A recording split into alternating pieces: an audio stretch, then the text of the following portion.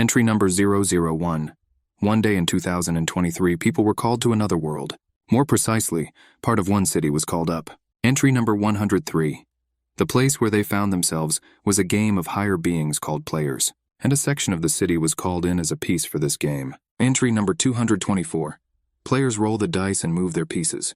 Depending on where she stops, different tasks are given. People must perform indescribably difficult and dangerous tasks. They can be anything: win a battle, find a way out of a maze, conduct an investigation, and others. The task of carrying the chip to the very end, if it exists, lies with the people, those who live there. These entries are made by one of the players. Entry number 743. His chip number 76 and he himself lost. Losing chips crash. Players share the fate of their chips. This is why the player leaves his notes. He doesn't know if they will fall into someone's hands, but he hopes others can avoid the same fate. And the main warning is that you should never try to confront the players.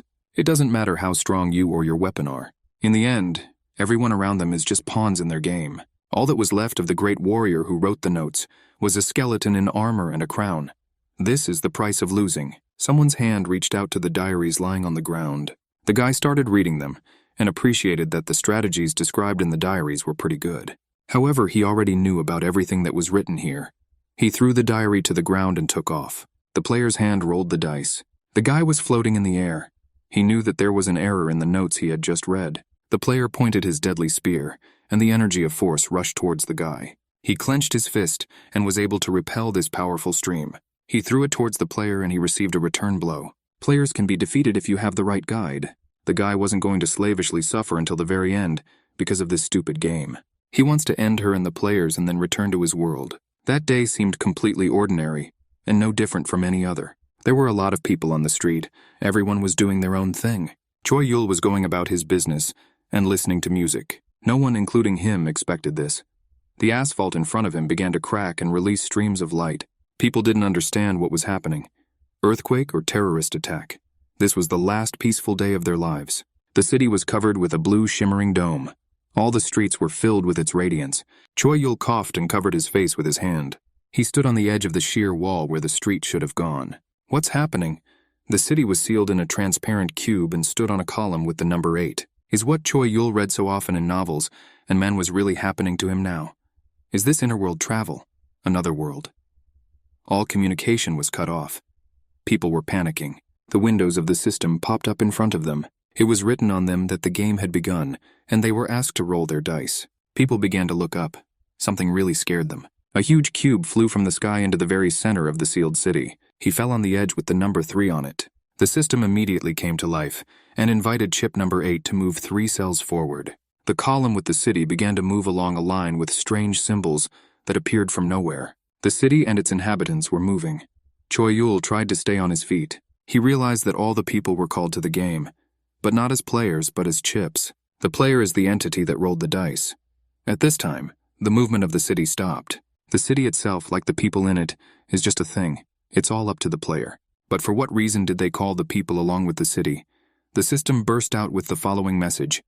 You have arrived at the cell. Defense. Determine the difficulty and duration of the task. Roll the dice. There was a number 1 on the die. Difficulty level 1. The duration of the task is 3 days. The system notified that the card was created. The earth began to rise before the eyes of amazed people. The defensive mission will now begin. Choi Yul waited to see what would happen next. The losing condition is the destruction of 4 bases. If you lose, the chip will be destroyed. People were unenthusiastic about the latest message. What will happen to them?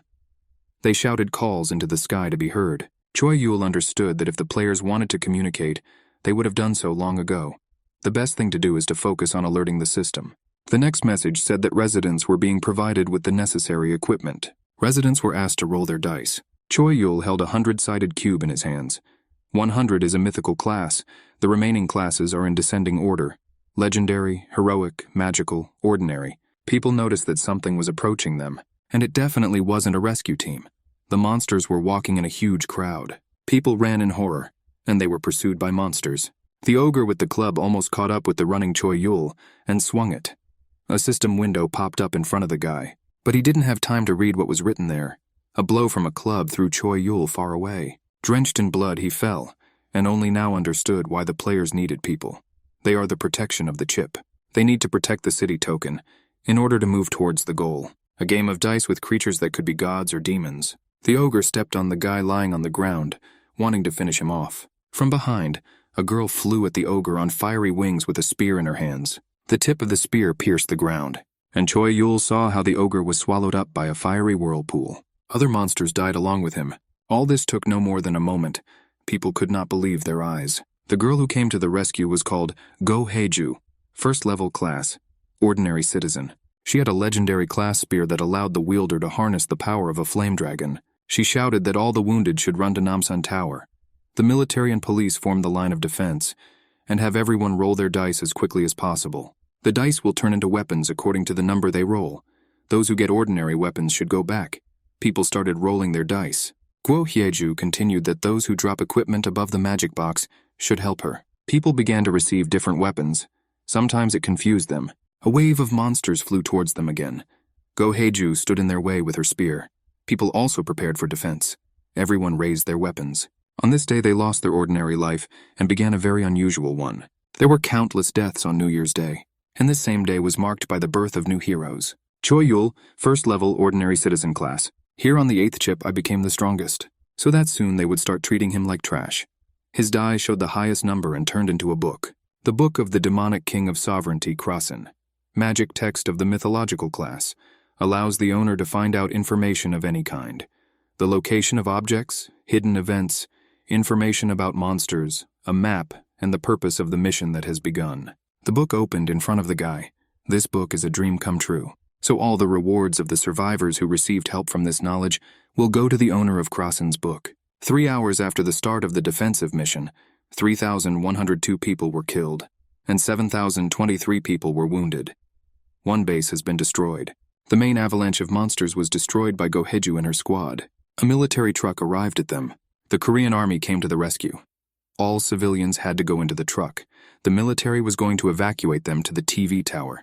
The soldiers helped the wounded, and the officer saluted Guo Hyeju and thanked her for her excellent work. Military Kwon Jae-yong, first-level class, ordinary resident, said that due to the fact that Go Hyeju's people gained time, the army and police were able to organize and are now being distributed to different places. Helmet of Kwon Jae-yong, hero class, Inquisitor Helden. Thanks to Iron Faith, its owner cannot fall into a state of confusion, fear, or despair. The military man continued that communications and the internet do not work, so it is difficult to assess the entire situation. But the army uses shortwave radios and will soon receive reports from all places. For now, he ordered everyone to go to the TV tower. They were interrupted by a loud cry. No! Choi Yul, who was reading his book, approached them. He learned that the wave was not yet completed. The monster boss will appear soon. The guy's face expressed despair. He shouted that everything was written in his book, the task, the data of the monsters, and even the level of progress of the people. To make people believe him, he opened the book in front of Kwon Jae-young and Go Haeju. However, they only saw blank pages. There was no text. They realized that this reference book could only be read by Choi Yul, who rubbed his eyes in surprise. Kwon realized that this book was the main treasure.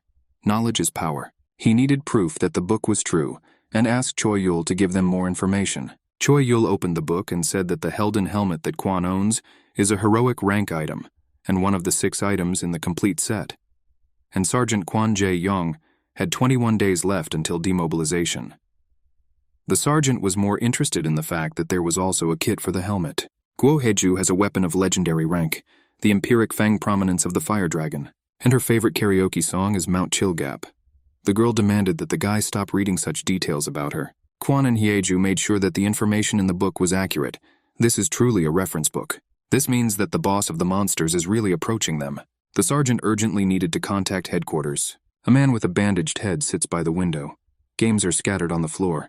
Cards, chess, dice. He thinks about what, if this world is a game, then he is the most flawed character. Because the problems of this world are too easy for him. That's why they treated him this way. That's why he can't go out into the outside world. It's like a moderator found a bug and isolated him. If the day comes when he goes out into the world, then, at this point his thought breaks off. Choi Yul turns around when he hears the scream. Someone is calling him. Sergeant Kwon Jae-en received clearance from headquarters.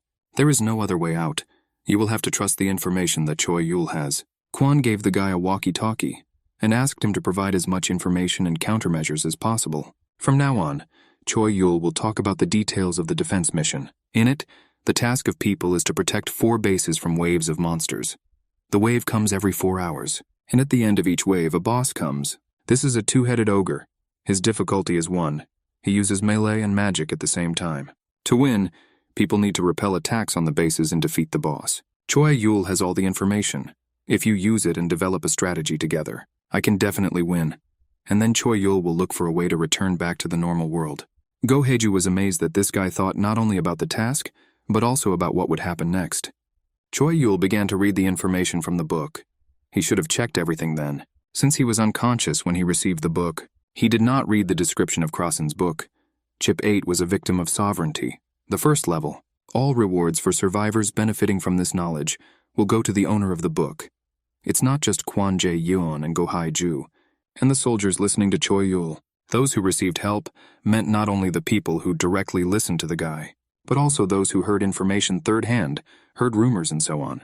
And all the information whose source was Choi Yul about goblins, about what weapons to destroy them with. The list of names grew larger and larger. The appearance of the monster boss did not cause people to panic. They were ready. Choi Yul directed them where to shoot. The shots and blows enraged the monster boss. He growled with a deafening sound, and the list of names kept growing. Go Haeju hit the monster with her spear and it was engulfed in flames. She emerged victorious from this fight. The sergeant reported that everything was under control, and the first wave was completed. The demonic king of sovereignty, Krasin, sat bound in chains and read the summary that the system gave. Chip number 8. Number of inhabitants 193,256. The recorded victims of sovereignty are 176,542. The king laughed.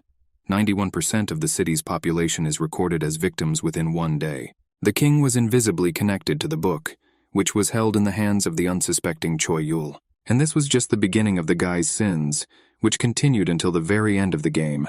The defensive mission is similar to base defense strategies. Waves of monsters come one after another. They head towards bases they need to destroy, and players create forces to stop them. The ogres were confident in their invulnerability. Choi Yul led the defense forces based on the book. First, you need to shoot the monsters from a long distance with a weapon that hits over a large area. While the used weapon is on cooldown, people attack with other long-range weapons. Monsters of the first level of danger do not shine with intelligence. People can lure them into positions advantageous for destroying monsters. Inflict as much damage to monsters as possible and separate them. 3 people seemed easy prey to the ogres. They rushed after them and found themselves trapped. A group of people with high-end equipment destroyed them. Choi Yul transmitted the coordinates of places where more people needed to be sent and which positions needed to be held at any cost. Krasin's book was updated in real time. It contained all the information about the current situation. Choi Yul only had to think about the information he wanted to see and turn the page, and she immediately appeared. The guy was sure that with such a book he could handle everything. He knew where the monsters would come in 30 seconds, what weapons were suitable for long-range support, and where to take the right position. He knew that now he would survive with all the people. The ogre was shot from all types of weapons and he was bleeding. Sergeant Kwon Jae-young kept the situation under control and ordered the 3rd squad to survey the area. The 2nd soldier reported everything over the radio to Choi Yul. Kwon noted that at first, Choi Yul's words were advisory in nature, and the decision was up to the command.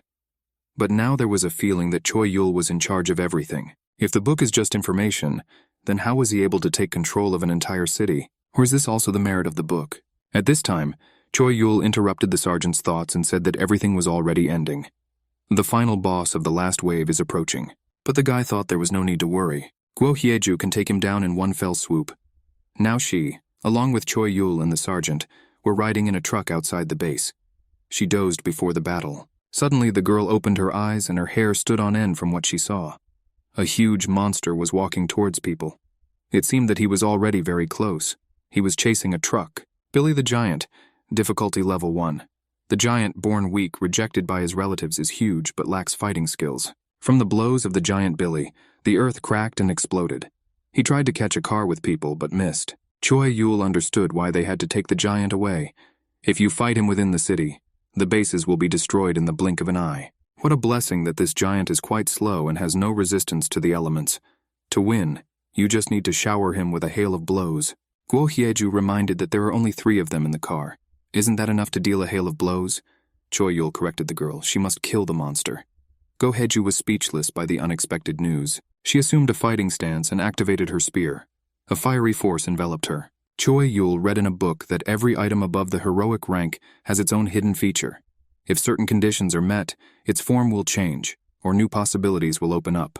Go Hyeju and Kwon Jae-yeon were skeptical about this statement. Choi Yul insisted that the book showed him the hidden features of all objects. Go Hyeju asked if the guy was sure of this. He shouted that he was absolutely sure, and Go Hyeju went out to fight the giant. She didn't like it all very much, but she believed Choi Yul. And she stabbed herself in the stomach with a spear. The ogre raised his hands high and clenched them into fists, and he brought them down on the girl. Sergeant Kwon couldn't help but scream, but Choi Yul reassured him that she was fine. A fiery glow began to appear around the ogre. All conditions were met. Activation of the hidden prominence fang skill was successful. A fiery dragon appeared in front of the giant, making the giant Billy look like a baby. An empirical fire dragon was summoned, which could only be done once per game. The ogre was torn into small pieces in a matter of seconds. A huge fireball lit up many kilometers. The shockwave was no less strong. Sergeant Kwon imagined with horror what would happen if this skill were used in the city. But there was something much more dangerous than this skill. This is a book that Choi Yul owned. At this time, the guy met Go Hyeju, who was recovering from using her weapon. Kwon Jae-yeon was sure that the book contained a lot of dangerous information, and if used incorrectly, it will lead to the fall of the city. The sergeant watched Choi Yul help the girl, and thought that it was good that a person like Choi Yul received the book. The system reported that the people had completed the defensive mission, and residents outside the city would be moved back. The surviving townspeople are entitled to a reward. Residents at this time welcomed Choi Yul and Go Hyeju. The system reported that 300 points were awarded for completing the task. 25% were deducted for one destroyed base, for a total of 225 points. Individual awards will be issued after calculations. It was all like being in some kind of game. A virtual store was opened, in which, along with experience, skills, there was also healing. The doctor shouted for all the wounded to choose treatment. Choi Yul sighed with relief. Now the wounded will be all right. But to the surprise of everyone, all the awards and points disappeared somewhere. The system reported that all rewards were taken away, according to the effect of the sacrifice of sovereignty. People were furious. The wounded were dying there. And what happened that all the awards were taken away? They demanded an answer from Choi Yul, but he himself did not know what happened. The system burst out with a message about the sacrifice of sovereignty. 10% of the inhabitants are sacrificed. The reward is doubled, 20% tripled, 90%. The reward increases 100 times. The points are being counted. Louis was shocked by such information. The system returned the scoring. In first place is Choi Yul, who has about 10 billion points. The guy couldn't believe his eyes. What's happening? The indignant people attacked Choi Yul. He was accused of inventing a sacrifice to sovereignty in order to take all the points for himself. Choi Yul shouted that he had no idea things would turn out this way. Kwon Jae-yeon tried to calm the angry crowd. The most important thing right now is to take care of the wounded. Choi Yul will be able to share the points with the people. The guy immediately agreed with this proposal. The system immediately intervened with its message that the monopolistic desire of the king of demons. Krasina denies the possibility of exchange or transfer of points or items. Choi Yul was no longer happy about such a gift from fate as a book, and the crowd screamed more and more. The guy just wanted to buy healing items and share with people, but the system strictly blocked this decision. Choi Yul threw down his book and shouted for Go Hyeju to burn it. She jabbed her fire spear at the book. Choi Yul was glad that he got rid of such a miracle, but his joy was premature. The book, whole and unharmed, lay next to him. People died from their wounds and cursed Choi Yul. Sergeant Kwon was informed that the number of deaths was rising, and people were angry. Choi Yul feverishly leafed through the book and tried to find at least some way to help the residents. The muzzle of a rifle pressed against the back of his head. Sergeant Kwon suggested that he stop searching. Enough, it will be better this way. He took Choi Yul under arrest. Go Hyeju had a hard time holding back the crowd that wanted the guy dead. Arrest is too lenient a measure for him. Kwon Jae-yeon leaned over to the guy and whispered to him to run and try to find a way to fix everything.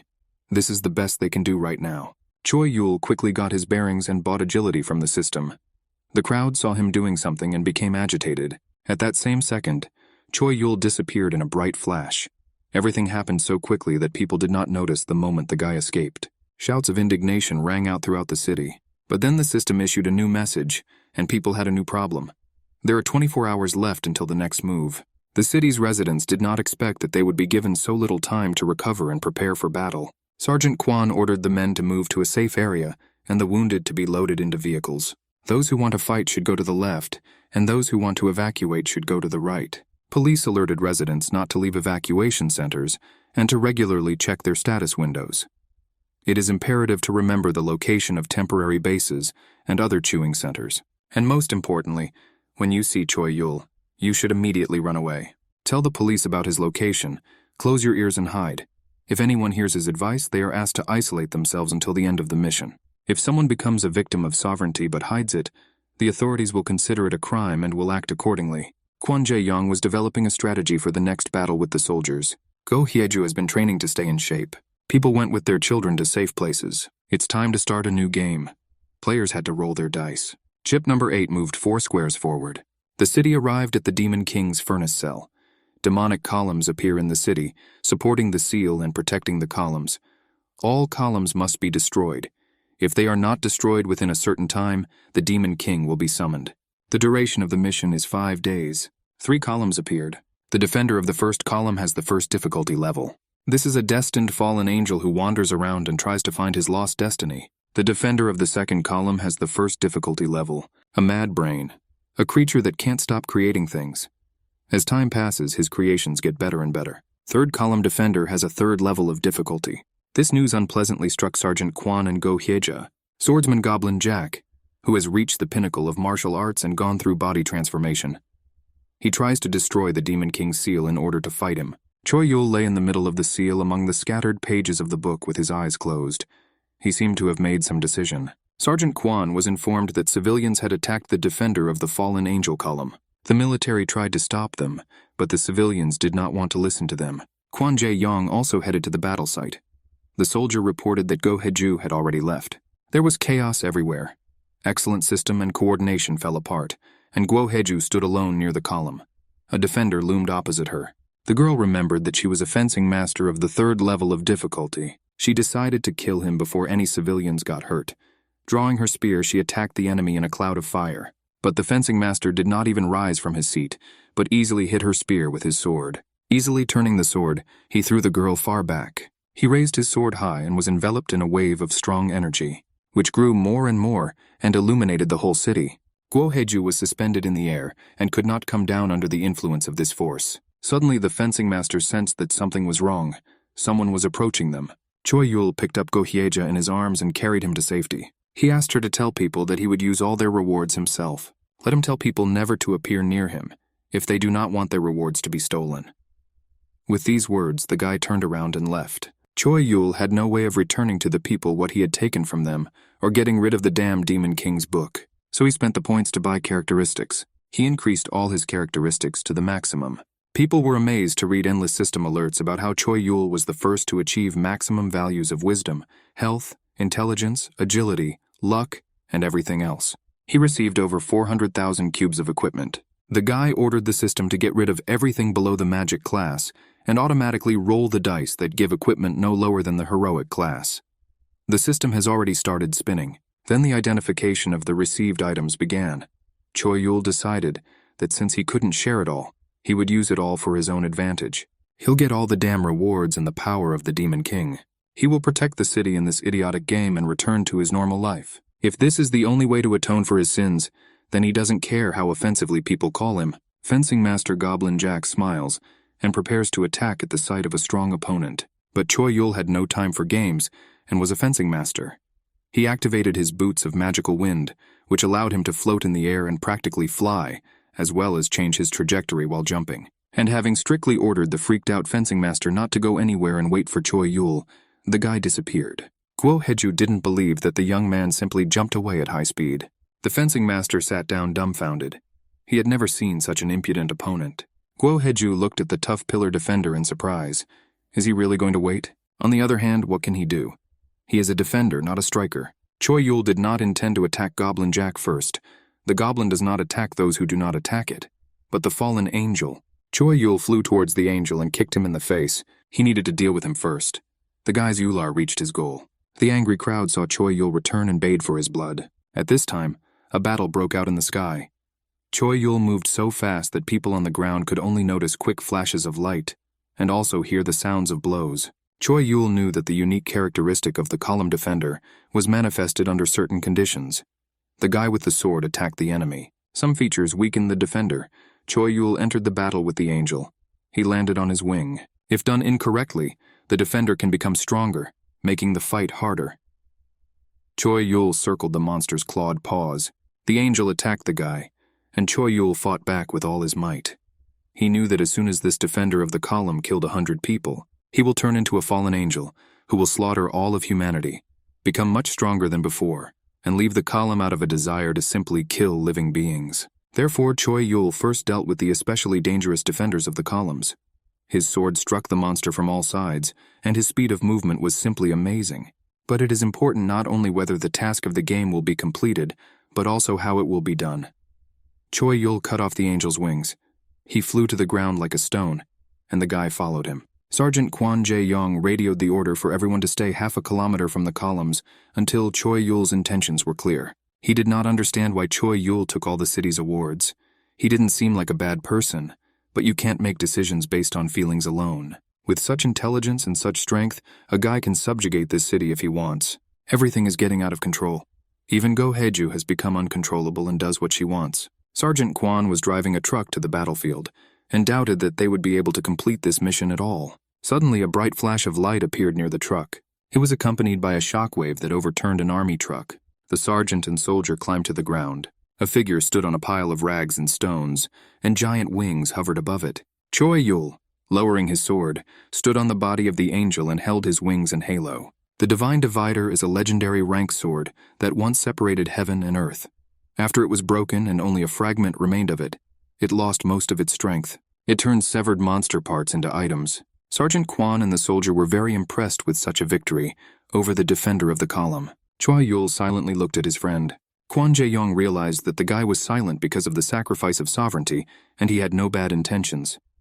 Choi Yul disappeared. At this time, to the horror of the people, the fallen angel began to stir. He was still alive, it turns out. What a tenacious creature. The system reported that the condition for unlocking the hidden feature had been met. It was necessary to deprive the monster of its halo and wings. Now the fallen angel was turning into another creature. He turned into a beast of corruption, level 2 of difficulty that lost his faith and fell into sin. God no longer looks at this creature. When looking at the numb soldiers, the monster lolled out its purple tongue. Sergeant Kwon regretted his choice of profession. If he had been a civilian, he would have been in evacuation. He opened fire on the monster with a machine gun. Choi Yul is clearly in trouble if he left such a monster for the soldiers to deal with on their own. Kwon Jae-yong urgently sent for reinforcements. The bullets did not cause any significant harm to the monster, and he attacked people with all his might. The soldiers panicked and ran. They have lost the will to fight. Some Sergeant Kwon maintained his composure and opened fire on the approaching monster. He needed to hold out until reinforcements arrived and distract the monster from the others. He ran to the side, and the beast rushed after him, its mouth gaping wide. Kwon Jae-yong was afraid that he would not be able to hold out. The monster's paws fell to the ground.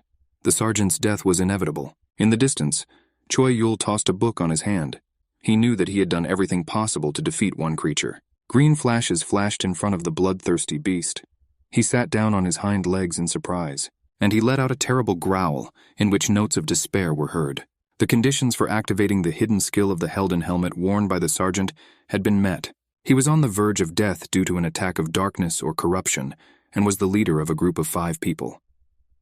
Now the activation of Helden's ghost was completed, and Sergeant Kwon became possessed by the ghost of the Inquisitor cultivator. He now wielded the sword of the goddess, the iron mace of the goddess. The duration of action of all items did not exceed 10 minutes. Protection against corruption has been increased. Fanatic mode activated. The attack power has been increased. The fear power has been leveled. Loses control of himself and attacks monsters such as darkness and corruption. As an additional bonus, all this was activated for the rest of the group. Their eyes sparkled. They remembered the iron mace and sword of the goddess.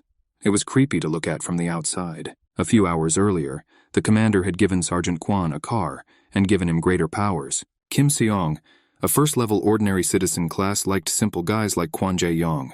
The command had little information about the current state of affairs, and they needed someone with a cool head. Calm and rational. Now Kim Song would look at his subordinate, possessed by a ghost. The soldiers, led by the sergeant, fearlessly attacked the beast of corruption with bullets. A man with a cool head, capable of making logical decisions, now led the soldiers into the attack with crazy eyes. Those soldiers who ran out of ammunition beat the beast with the butts of their machine guns in the name of the goddess, of course. They launched a bayonet attack, also in the name of the goddess. And with the shaft of the flag that came from nowhere, they stabbed the monster like a spear. Kwon Jae-yong and the soldiers triumphed over the remains of the monster, who did not even have time to utter a word before dying. The system informed Commander Kim Seong that the defender of the first column had been defeated, the largest contribution being made by the Independent Reconnaissance Detachment, led by Kwon Jae-yong. Kim Seong was confident that such a cold-blooded guy would cope. Choi Yul was once that his plan worked. He exhausted the defender of the first column, and Sergeant Kwon's group was able to defeat him. Even after the fallen angel became a beast of corruption, he did not regain his health. And since the angel has become a new creature, Choi Yul's contribution to defeating him is no longer taken into account. The system considered that Kwon Jae-yong made the greatest contribution and gave the award to him. Choi Yul asked Goblin Jack what he thought about this. The fencing master was silent and looked ahead. Choi Yul was annoyed at not being able to talk to anyone. He would have been if Goblin Jack had listened to him. But he just sat and was silent. The guy sat down opposite the monster and offered him a bet. If Choi Yul wins, he will break the Demon King's seal. The fencing master became very animated. He opened his eyes. Go Haeju attacked an anti-human machine of the first complexity with her spear, or more simply, a killer robot. The girl moved quickly in the clouds of flame. After the alarm signal, she arrived at the second column. But there is no end to these damn robots. Go Haeju is already very tired. Plus, they get better and better every time. She will deal with them, of course. But before that, the girl gave perkaz to the people who came with her to quickly retreat. Some protested because they needed glasses, but these were people with legendary equipment. Others needed to earn points to save their family, and they fought the robots with all their might. A couple of guys wanted to help the girl and approached the defender of the second column. Both young men wielded crossbows from Eren Kingdom's archers, magic class item. The more items the group has from Eren's royal army, the higher the attack power. But the monster suddenly turned and saw the attackers. Go Haeju barely held back the burst of monstrous power with her spear. People stopped and did not know what would happen next. Go Haeju shouted for the guys to run away, and they immediately followed the order. The girl was left alone in the face of the monster, which discovered the risk factor and began an analysis of the opponent's magical powers, body, and behavior. Analysis has been completed, and the monster began production of a machine designed to kill Go Haeju. It was urgent to stop the production of such disgusting stuff. Robots surrounded the lonely figure of a girl. She hardly repelled the blows with her spear, which this time were unusually well aimed. She raised her spear and spun a ring of fire above her head. People ran as far as possible from the column, and Go Haejin threw the flames straight at the monster. A huge explosion shook the area. Nothing could survive in this fiery inferno. But the monster not only survived, but he also introduced the anti-hedge robot to the amazed public. Second difficulty. It was fire-resistant, equipped with a dragon slayer, and automatically detected Go Haeju and dealt additional damage to her. The robot hovered over the freaking girl, whom she didn't have to look for long. Go Haeju swung her spear and flew far back. At this time, Choi Yul dived at the defender of the column from above. It captured the brain in a red flash of power, and he began to lift it up. The power turned purple. At this time, the killer robot discovered that Go Haeju had disappeared, leaving only a bloodstain. He saw tracks leading forward and opened the pursuit report. Meanwhile, the system reported that the condition for opening the feature had been fulfilled: the destruction of one of the brains of a single mad mind. Feature discovered: crazy order. It repeats the creation of the last item, doubles the production speed and the number of items. The crowd of robots grew larger. This production will not be stopped until the main brain is destroyed. The first column held out longer than expected. Too many people hid in fear. There was not enough military power. The column was very strong. Near the second column, there were battles with robots. The wounded were given the order to retreat. The rest piled onto the soulless vehicles. Reinforcements were coming to the attackers.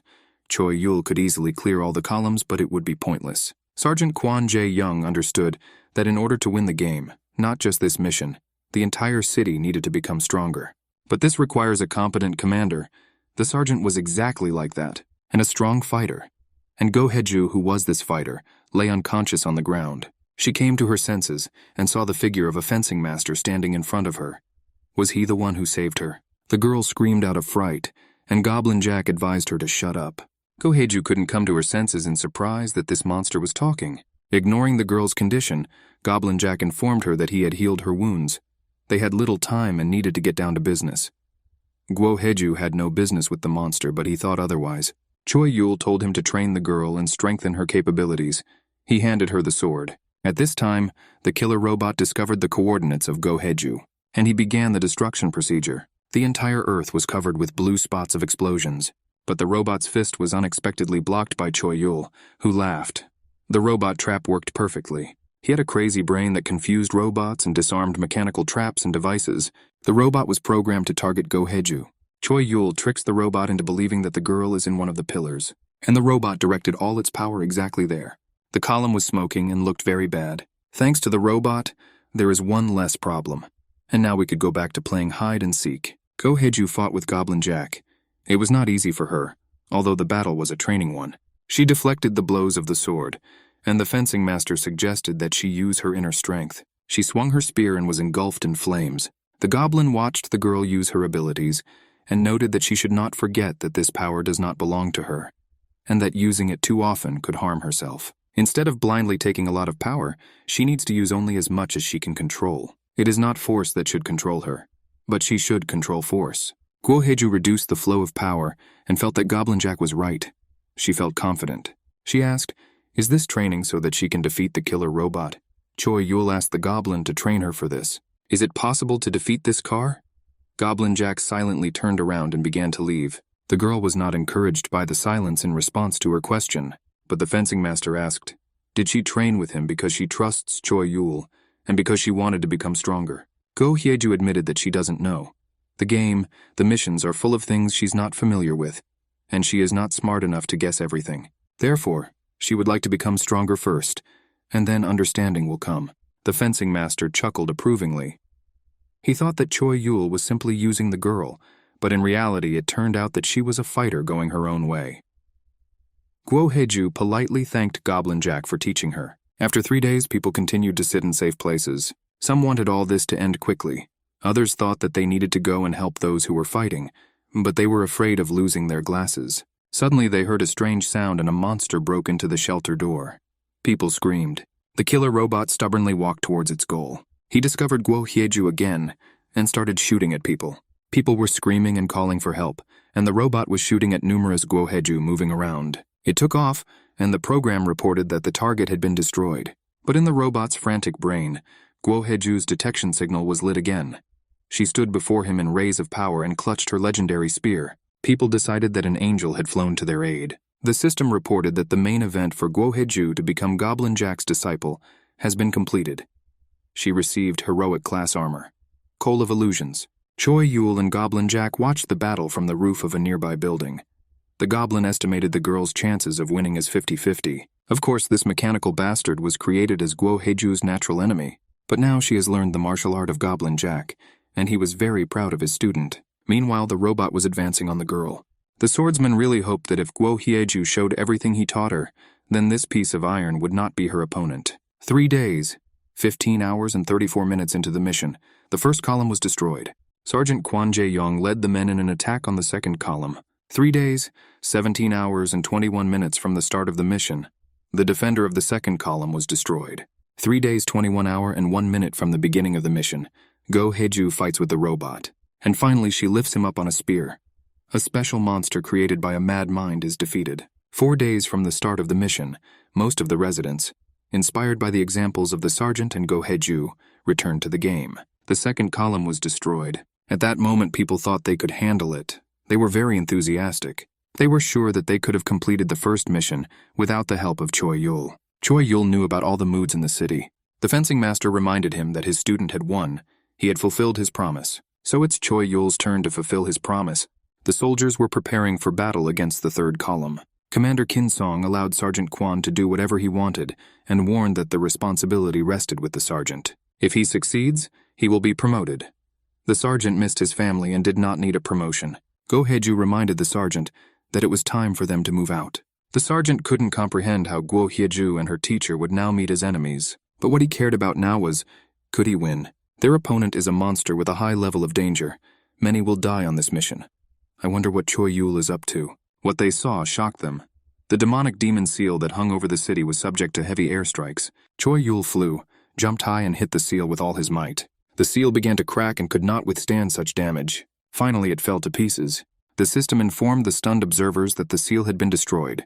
Choi Yul had destroyed it, and the purpose of the mission had changed. Now the people had to kill the Demon King. In case of defeat, people will be counted as losing. The town's residents have become convinced that Choi Yul is a psychotic bastard. What was he thinking when he released the Demon King?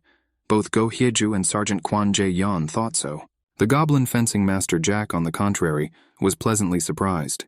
He didn't expect Choi Yul to keep his promise. He drew his sword and thought that at this time, he was our couple of interesting people. The Demon King and the Swordmaster clashed in a mid-air battle. The flashes of power that their weapons left hurt my eyes. Both opponents moved very quickly.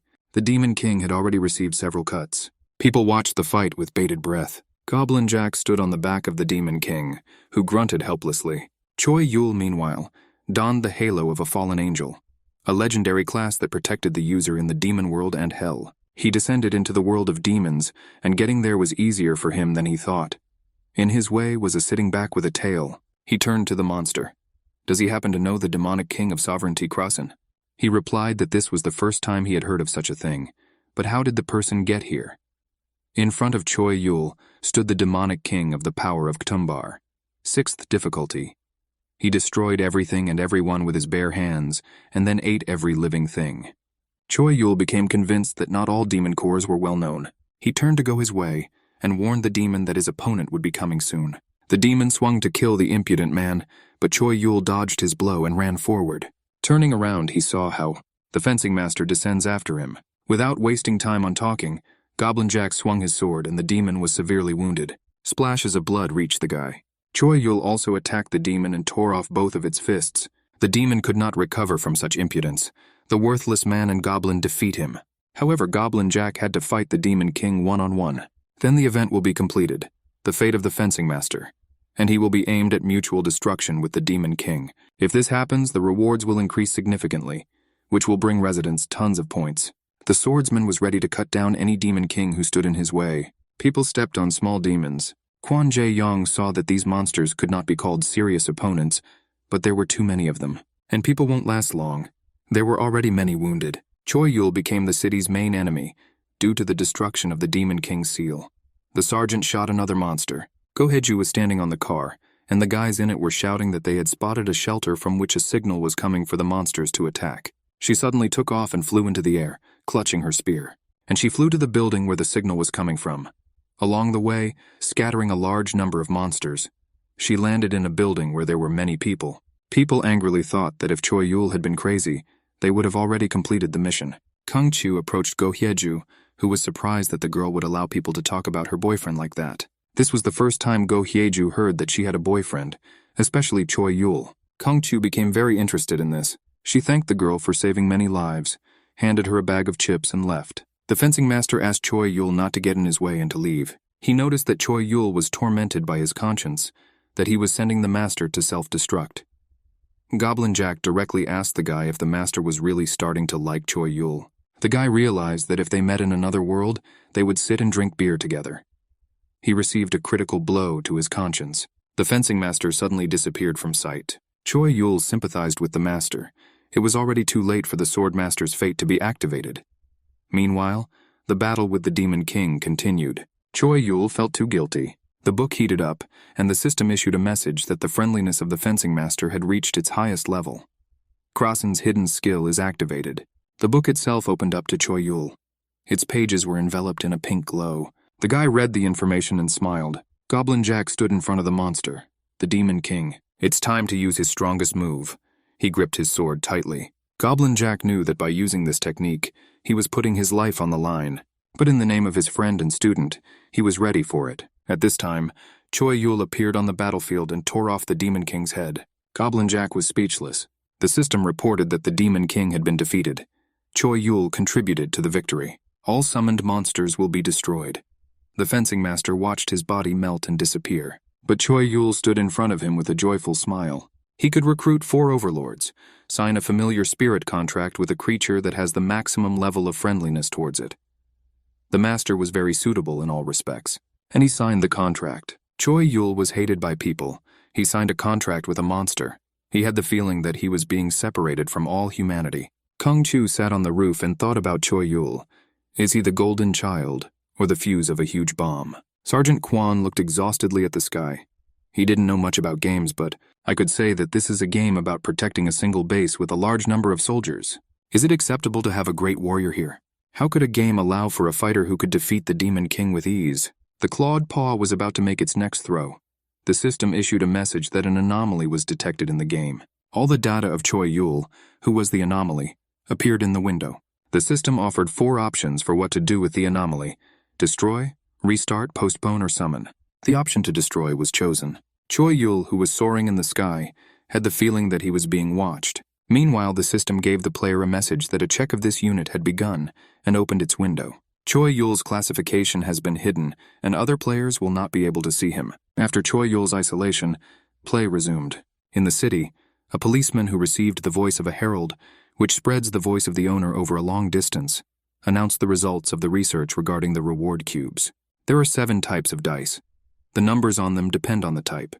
In the tetrahedral awards of the regular class, 6-sided and magic, octagonal also of a higher class magic, there are also 10, 12, 20-sided dice in which the rewards increase to the legendary class. I didn't see a 100-sided cube after the first mission. Items, weapons, tools are issued randomly. Sergeant Quan received a heroic class tool, the spoon fork of fate. She always returned to her owner even at the wrong time and was always clean. The sergeant was not impressed by this award, a useless high-rank item. Some people swapped their awards. Others were looking for partners for their next mission, or to protect evacuation centers. Go Haeju felt that she had no place in the army. She wanted to help people who were still hiding and afraid, but she promised Kwon Jae-yong to help during missions. Choi Yul looked at the city from the roof of the building, and was glad that the residents were doing well. The champion, whose strength will be essential to complete the missions, and the army took their places. But the most important thing is what people will do next. If what Choi Yul plans to do from today turns out to be a mistake, this city will be destroyed by its own people. The guy began to think about what to do first, but he was interrupted. Kung Chu walked up to him and greeted him. Choi Yul read the information about her in the book. He was surprised that she could climb so high to see him. She thought that he was crying because of his loneliness, but it was clear that the guy was already accustomed to this state. She smiled mysteriously and promised to meet next time. Choi Yul didn't understand what was that all about.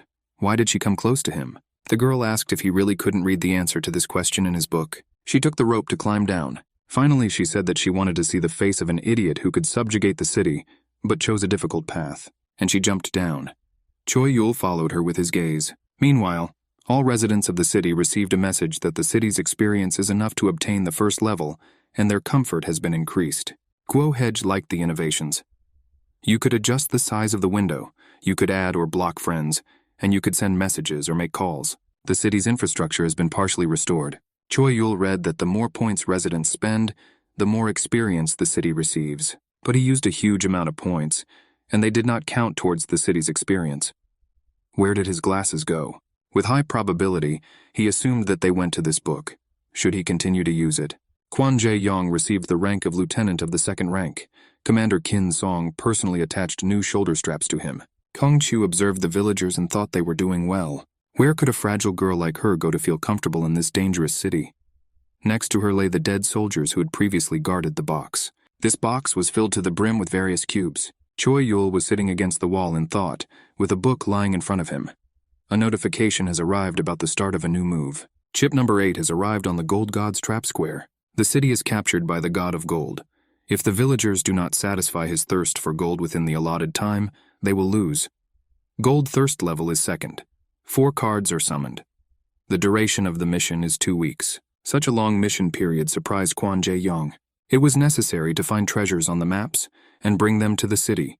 Treasures can be valued in the city, and its value depends on the satisfaction of the God of Gold. The reward for the mission will be individual, and it depends on how pleased God is. The residents were at a loss. Many did not have the necessary equipment. Guo Haeju thought that this mission had many conditions, but she decided to go on the mission right now. She decided to look at the map of this mission herself. Choi Yul thought that the player who moves the city piece has luck with the dice rolls. If everything goes well, you can complete the first level of the city development plan already on this mission. Until then, the guy decided to use Krasin's book and then find a way to get rid of it. Suddenly a sword appeared from the book as if by magic. The hand squeezing him pierced Choi Yul right through. Then the sword disappeared, and the unharmed Choi Yul could not understand what it was. The system suggested that the number of sacrifices to sovereignty on the last mission was 0. Choi Yul grabbed his chest, which was pierced by a sharp pain. The system continued to broadcast that this was a punishment from the Demon King, who was dissatisfied with the guy's laziness. Until the sacrifice is provided, Choi Yul will experience incredible pain, and experience points will decrease. If a sacrifice to sovereignty is not made before reaching 0 experience points, the user will die, and Krasina's book will find a new owner. What an unexpected turn. A group of people reached Sector A on the map. It was a jungle, and they discovered a dungeon there that was not marked on the map. The man with the sword on his back happily said that it was completely their prey. The woman in the witch's hat objected. If they report the dungeon to the army, each will receive 50 points. The man reached for his sword.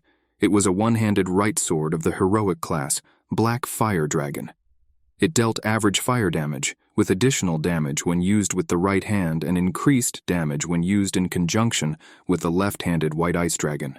Kang Toep, a third-level leader of a group of 4, drew his sword and called on his companions to write their names in history. Some movement was heard in the cave, and a large figure appeared in the opening. It's probably some kind of gatekeeper monster, but this world is just a playground, and they were recognized players. To their surprise, Choi Yul came out of the cave with a distorted face. People recognized him immediately, and he began to intimidate everyone present. From his screams, people fell to the ground and covered their ears with their hands.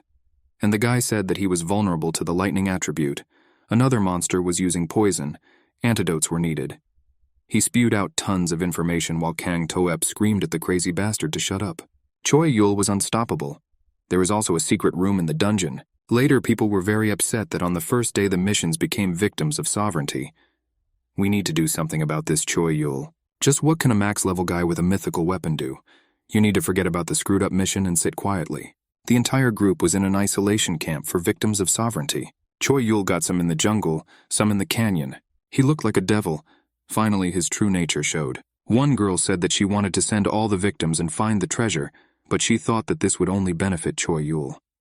Choi Yul himself sat by the book, and the system informed him that the total victims of sovereignty were 2,452, and the King of Demons was a little pleased. The punishment has eased. The guy sighed. The pain became quite bearable. The book does not reveal information about itself. Punishments were not written anywhere there. However, this is quite within the expected range.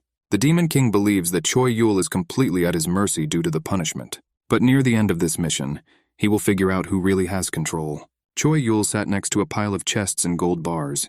He looked at the sky. Sector B, Canyon, Imperial Griffin's Nest. Imperial Griffin. 3rd difficulty. A fantastic beast that inherited dragon blood. If there is a battle in the nest, the difficulty level increases. Now the griffin's clawed paws were aimed at Choi Yul. Guoheju's spear hit the target. A stone troll of the 2nd difficulty, adapted to life in the canyon, ran towards her. The girl remembered the words of her teacher, the Goblin Jack, that you need to let the power flow and find your way. She attacked the monster and he fell. Guoheju mentally thanked the teacher. His student has become much stronger. But when she approached the place where the chest stood, she was surprised to see that someone was rummaging through it. She recognized Kang Chu and asked why the hell she was following her. Kang Chu shamelessly replied that by riding on Guoheju's tail, she gets a lot of prizes.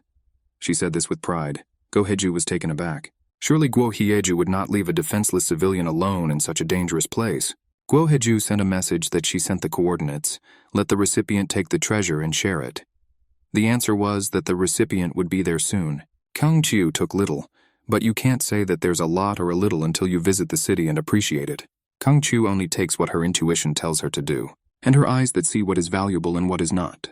Guoheju thought that her companion was strange but cool. She told Kang Chu that she got rid of all the monsters on the way here. The girl replied that the monsters in this mission are not enemies. Moreover, this mission is not a peaceful treasure hunt. Now there is a battle of all against all, because there will be no common rewards on this mission. Until evaluation, the treasure is considered to be worthless. Those who find him can expect an ambush, and many people will want to take the treasure, because fighting people is much safer than fighting monsters. Detective Seo was called to the crime scene. Someone's treasure has been stolen again. Seo Yun-suk and Kang Do-sik had to figure out what happened. The police officer reported that during the assessment, the victim lost consciousness, and when he woke up, the treasure was no longer there. People should immediately give the treasures to the God of Gold, because the assessment takes some time, which varies from 1 hour to 12. It's as if the system is saying, steal if you can. Seo Yoon-suk did not agree with Kang Do-sik's conclusions. It's a pretty pathetic thought process. Khan objected that this was quite in the spirit of the people. Both men resembled a bear and a fox locked in combat. The police did not understand why the famous Seo Yoon-suk was dragging someone else along with him. Who is this guy next to him? He doesn't look like a police officer.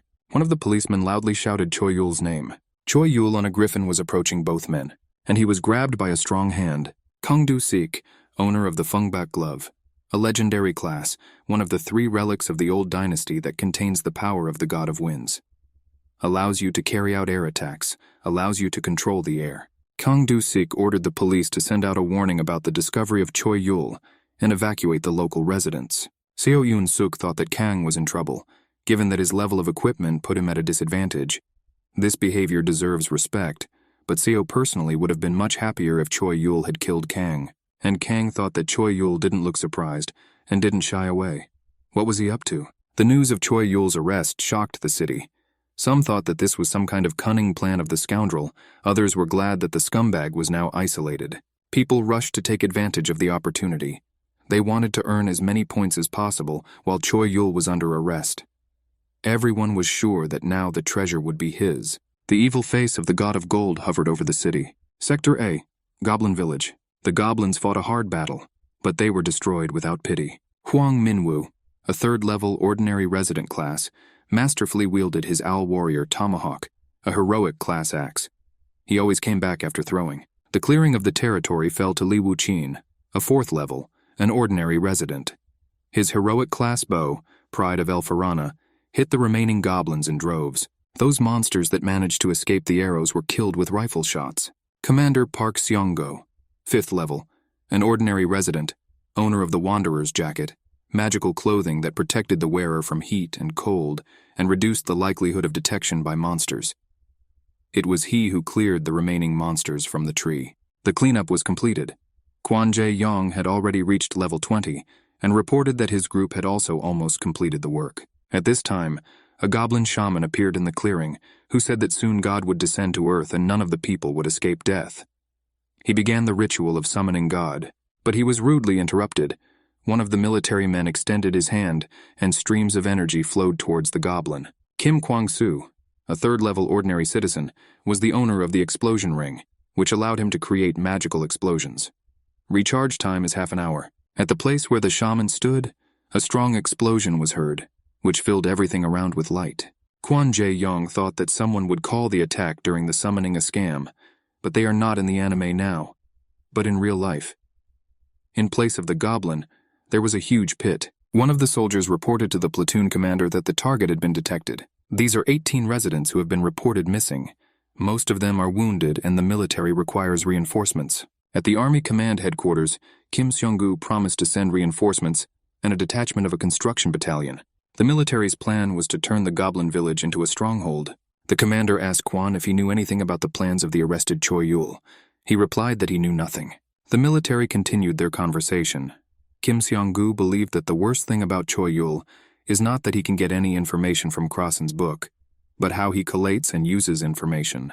Kwon believed that it was quite difficult to predict the guy's actions, but one thing is for sure, he is not an enemy of the city's residents. The Griffin was sleeping peacefully near the police station. People came up and looked at him, and Choi Yul dined with appetite. Detectives Seo Yoon-suk and Kang Do-sik watched the guy eat. Seo couldn't imagine that Kang would talk to Choi Yul. Seo brought charges against Choi Yul for fraud, robbery, and even murder. Choi Yul happily said that he knew all this. The detective was speechless from such impudence. A minute later, he said that he had been investigating for 20 years and saw that Choi Yul was not a bad guy. Choi Yul choked on this message. Kang Do-sik suggested remembering the law of the Good Samaritan, which allows you to avoid punishment if the criminal acted with good intentions. Detective So was ready to take upon himself the solution to all the misunderstandings that the guy had with the residents of the city. Choi Yul didn't come here to ask for help. A policeman ran into the interrogation room and interrupted the conversation by shouting that there was urgent news.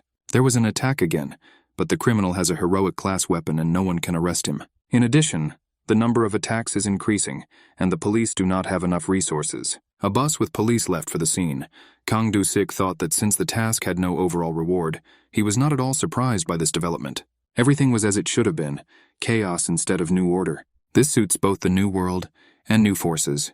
Detective Seo told his partner that he had shitty thoughts. He needs to learn to think like an adequate person. People should still be people, despite this alien nonsense. This is the human world, or the afterlife. A police officer's job is to arrest those who don't behave properly. Seo Yun-suk quickly subdued the criminal, and he charged him with robbery, assault, and attempted murder. He advised the guy to quickly confess everything and grabbed his sword with his gloved hand. The sword broke. The criminal quickly confessed everything and surrendered. Seo Yun-suk walked him onto the bus. Kang Do-sik, on the contrary, believed that earthly laws no longer matter.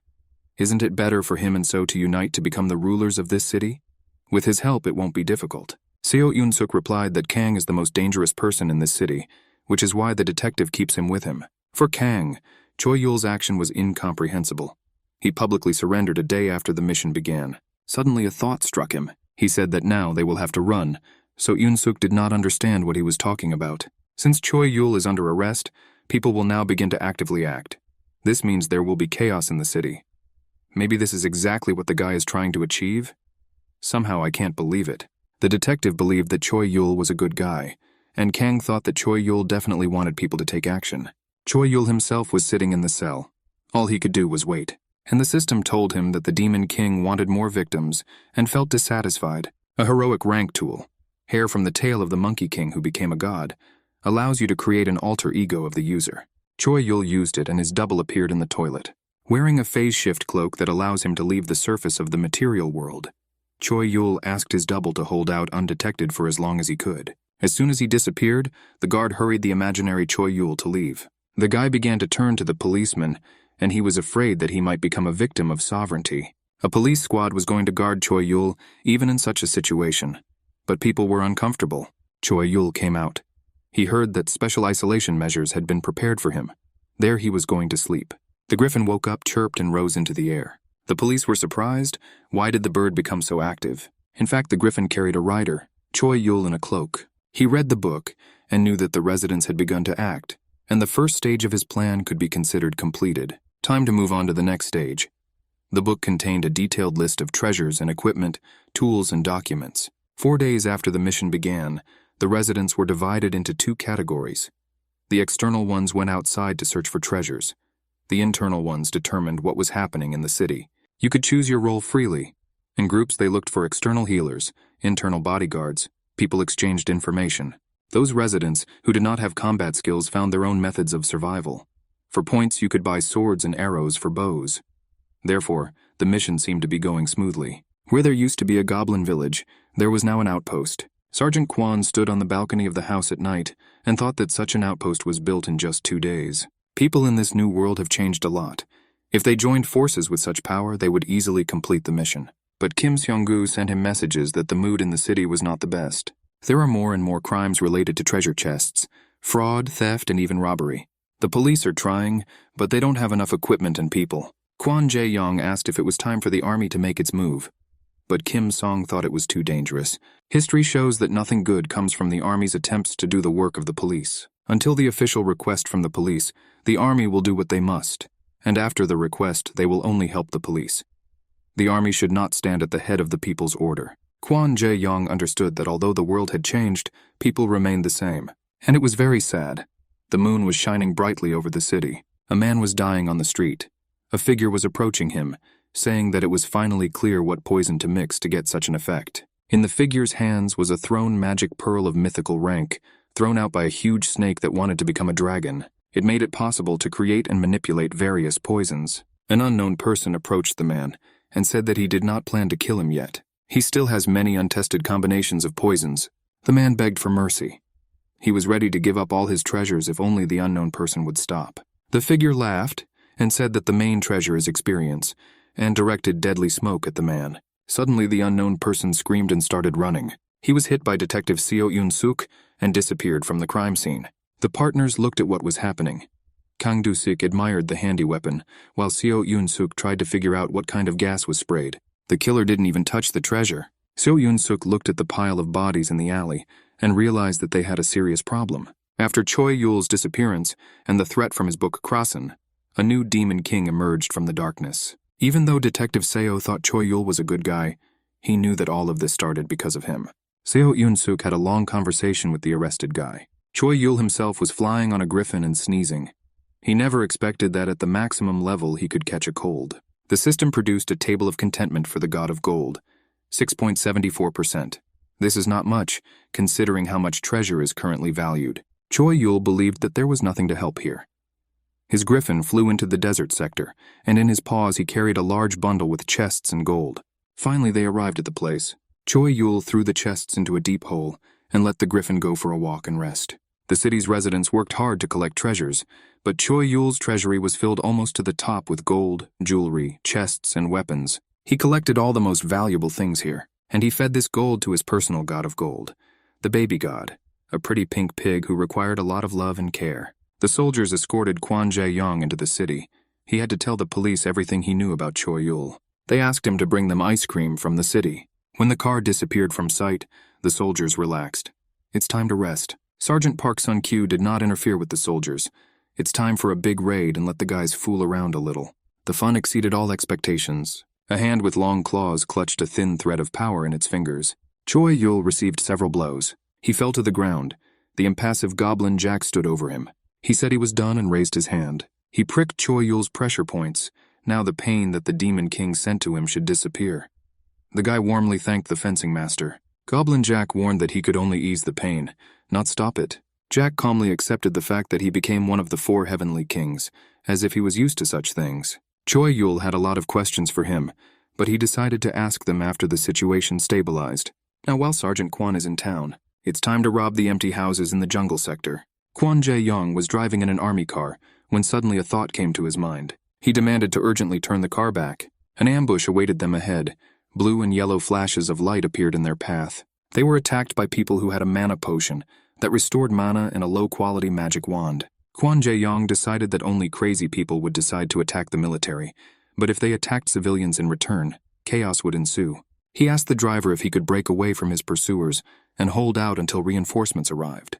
The driver could. The car raced through the streets, and the sergeant thought that crime in the city was getting worse and worse. All the strong people are outside the city, but here there are only police and civilians. This is the best environment for crime. If any strong villain appeared now, the city would instantly turn into the most dangerous place of all. Huge clouds of purple smoke flew behind the car.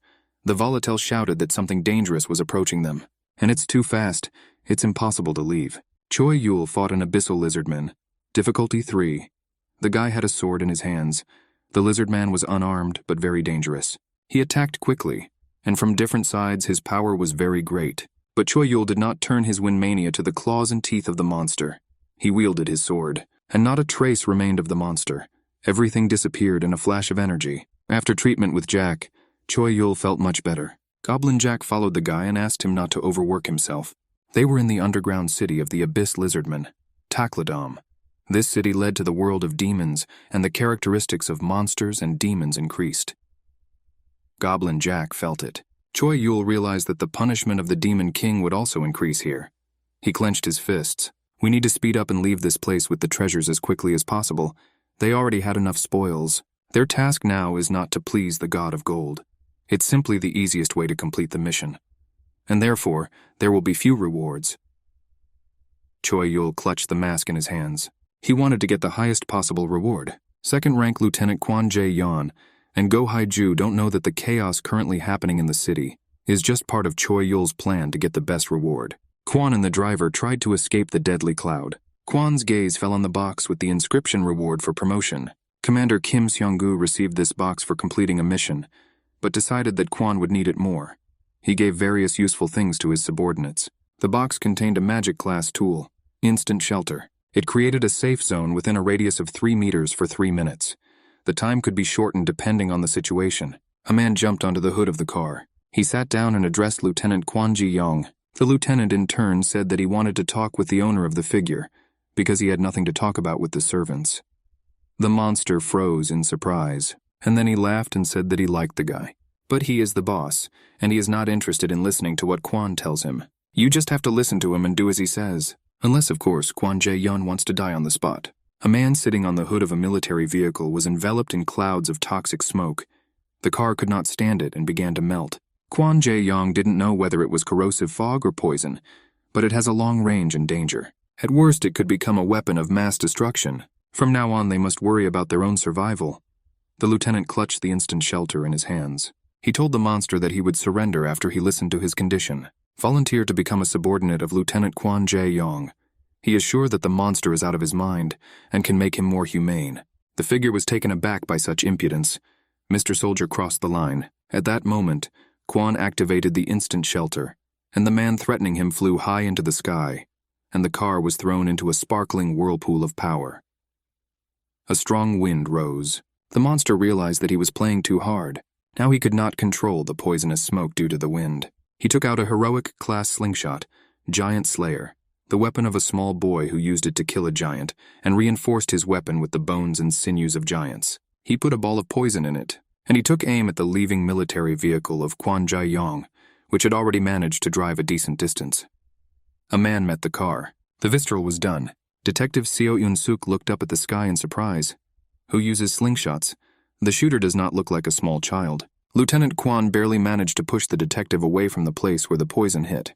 They rolled into the shelter. The driver shouted at them to jump into the car. Detective Seo watched as the asphalt melted where the poison hit. He shouted for Kwon Jae-yong to go get help, and he would arrest this guy. Kwon was sure that there was more than one enemy and the others would arrive soon. A police officer shouldn't be running from a criminal, but Kwon told the detective to think of it as a tactical retreat. If they retreat, there will be new victims. But if they die, there will still be victims. While they were arguing, the criminal disappeared. Go Hyeju ran into a few guys who thought she was doing outer contouring, and they can easily cause mischief in the city. They ran away despite her calls to talk. One of the guys threw a wee bottle in her direction. A passerby shouted that it was poison, and if the bottle broke, everyone would be dead. The girl caught the bottle on a spear and threw her high up, and then she caught it with her hand.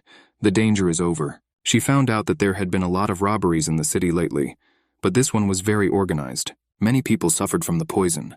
There is no standard antidote for it. Perhaps all the treasures that Go Hyeju collected and handed over to the city were stolen.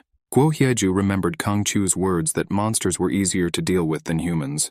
She asked Uni to stop searching for treasure. It seemed to her that something sinister had enveloped the city. Someone was watching Choi Yul's double sitting in the cell. It was Kang Chu, who admired the quality of the fake. I wonder what the guy was up to. Kang Chu chewed on her chips thoughtfully. If Choi Yul is not in town, then she needs to leave him too. The real Choi Yul looked at the book and saw that a major battle was about to begin in the city. Jack reminded him that this was the guy's goal. But he objected that he planned to sow chaos, but did not imagine that such a madman would appear. Jack believed that it was always possible to hack a criminal to death, but Choi Yul could not do this. He needs more chaos. The fencing master was completely confused in the plans of his comrade, but Choi Yul promised that he would soon understand everything. So while talking, they came to the deepest zone of Takladome, and it was time to clear the dungeon. As soon as they entered, they were greeted by a dragon. It had been a long time since he had seen a person who could descend so deeply. The demonic king of the Takloa consequence, the fourth complexity, who is located on the edge of the abyss and loves to watch mortals suffer in pain for a long time, joyfully greeted the person. Choi Yul immediately asked if Takloa knew the demon king Krasina. Takloa noted that the man spoke to him without respect, but Choi Yul replied that the dragon would like his behavior even less. Without much words, he attacked the dragon from the air, but he crashed into the protective wall that the dragon had built. Enraged by the guest's rude behavior, Takloa rained down stones on him. Choi Yul jumped away. The magical barrier neutralized all physical attacks. Magic is required immediately, which will break a high-ranking spell. The magic of King Takloa is strong. You won't take him so easily. If Lieutenant Kwon had brought his army here, it would have been destroyed in seconds. Jack and Choi Yul attacked the Demon King, but failed each time. In addition, there were other dangers here. Cursed things and plague-ridden monsters. Jack tried to move forward in the fiery river. Choi Yul was going to get rid of the dangers and reset the difficulty level of the whole place. For this, he chose an axe of the legendary class, Muscle. He pushed the body to the limit, and highly developed muscles are indistinguishable from magic. The Demon King was invisible behind the magical barriers. Under the influence of the axe, all the physical power of the attack was converted into magical power. Choi Yul really decided to make this place an entry-level difficulty. He attacked the magical barriers with an axe. There was a deafening explosion. In the city in the conference room of the police department, Detective Seo Eun-suk said that he thought about gathering everyone here because of Choi Yul, but now plans have changed. A crazy bastard has appeared in the city, At the moment, the police call him amugi. Kang Du-sik was holding a bottle of poison in his hands. He believed that with current forces, the police would not be able to cope with the killer. Detective So proposed that the police, the army, and conscientious citizens unite. Go Hye-ju agreed. The criminals became insolent. Lieutenant Kwon knew that fighting between civilians would not help the mission. The longer things drag on, the worse the situation becomes. If people win the battle but fail the mission, they will still die. The fact that the criminals began their activities, knowing this speaks of their confidence in the battles that are unfolding in the city. Choi Yul broke through the magical barriers and wounded the demon king Takloa. Takloa has heard the call countless times. There is no number of cities that he burned. Following this call, the suffering and death that he brought to mortals. For a long time there was no mortal who could even reach him, let alone injure him using only his strength. Choi Yul reminded the demon that this was his last chance to tell everything he knew about King Krasina. The demon replied that this question did not relate to the call. Choi Yul clarified, calling is what the monster calls missions. The wounded Takloa replied that demons also receive missions with corresponding tasks. Usually they are called to destroy more mortals. These are those who receive different tasks during one call. Just like mortals, tasks can change. Choi Yul didn't understand. Is it even possible to tell a demon about this? Takloa's eyes lit up with blue fire. He replied that it didn't matter. The more a mortal knows with such a book, the faster he will meet his death. The guy continued to ask what the demon knew about Krasina's book, but he was enveloped in a glow. Takloa was very sorry that he would not be able to see the evil fate coming for the book. The rings of energy grew stronger. Jack shouted that they had to leave quickly. The demon saw how Choi Yul panicked, and the end of this call was no longer so bitter for him. The huge explosion was so strong that it broke through the ground and burst to the surface. Jack and Choi Yul were flying on a griffin. The last words of the demon sounded in the guy's head. It's you who will bring evil fate to chip number 8. The more Choi Yul knew, the closer his downfall was. This is a book followed by evil fate. Takloa was the only demon king on this mission. There was nowhere else to get information about the book. But somewhere there is that demon who knows Krasina. Now we need to tackle the original goal of changing the difficulty level. It will all be over in 3 days. They took off on the griffin, and the people below thought they heard the rumble of an earthquake.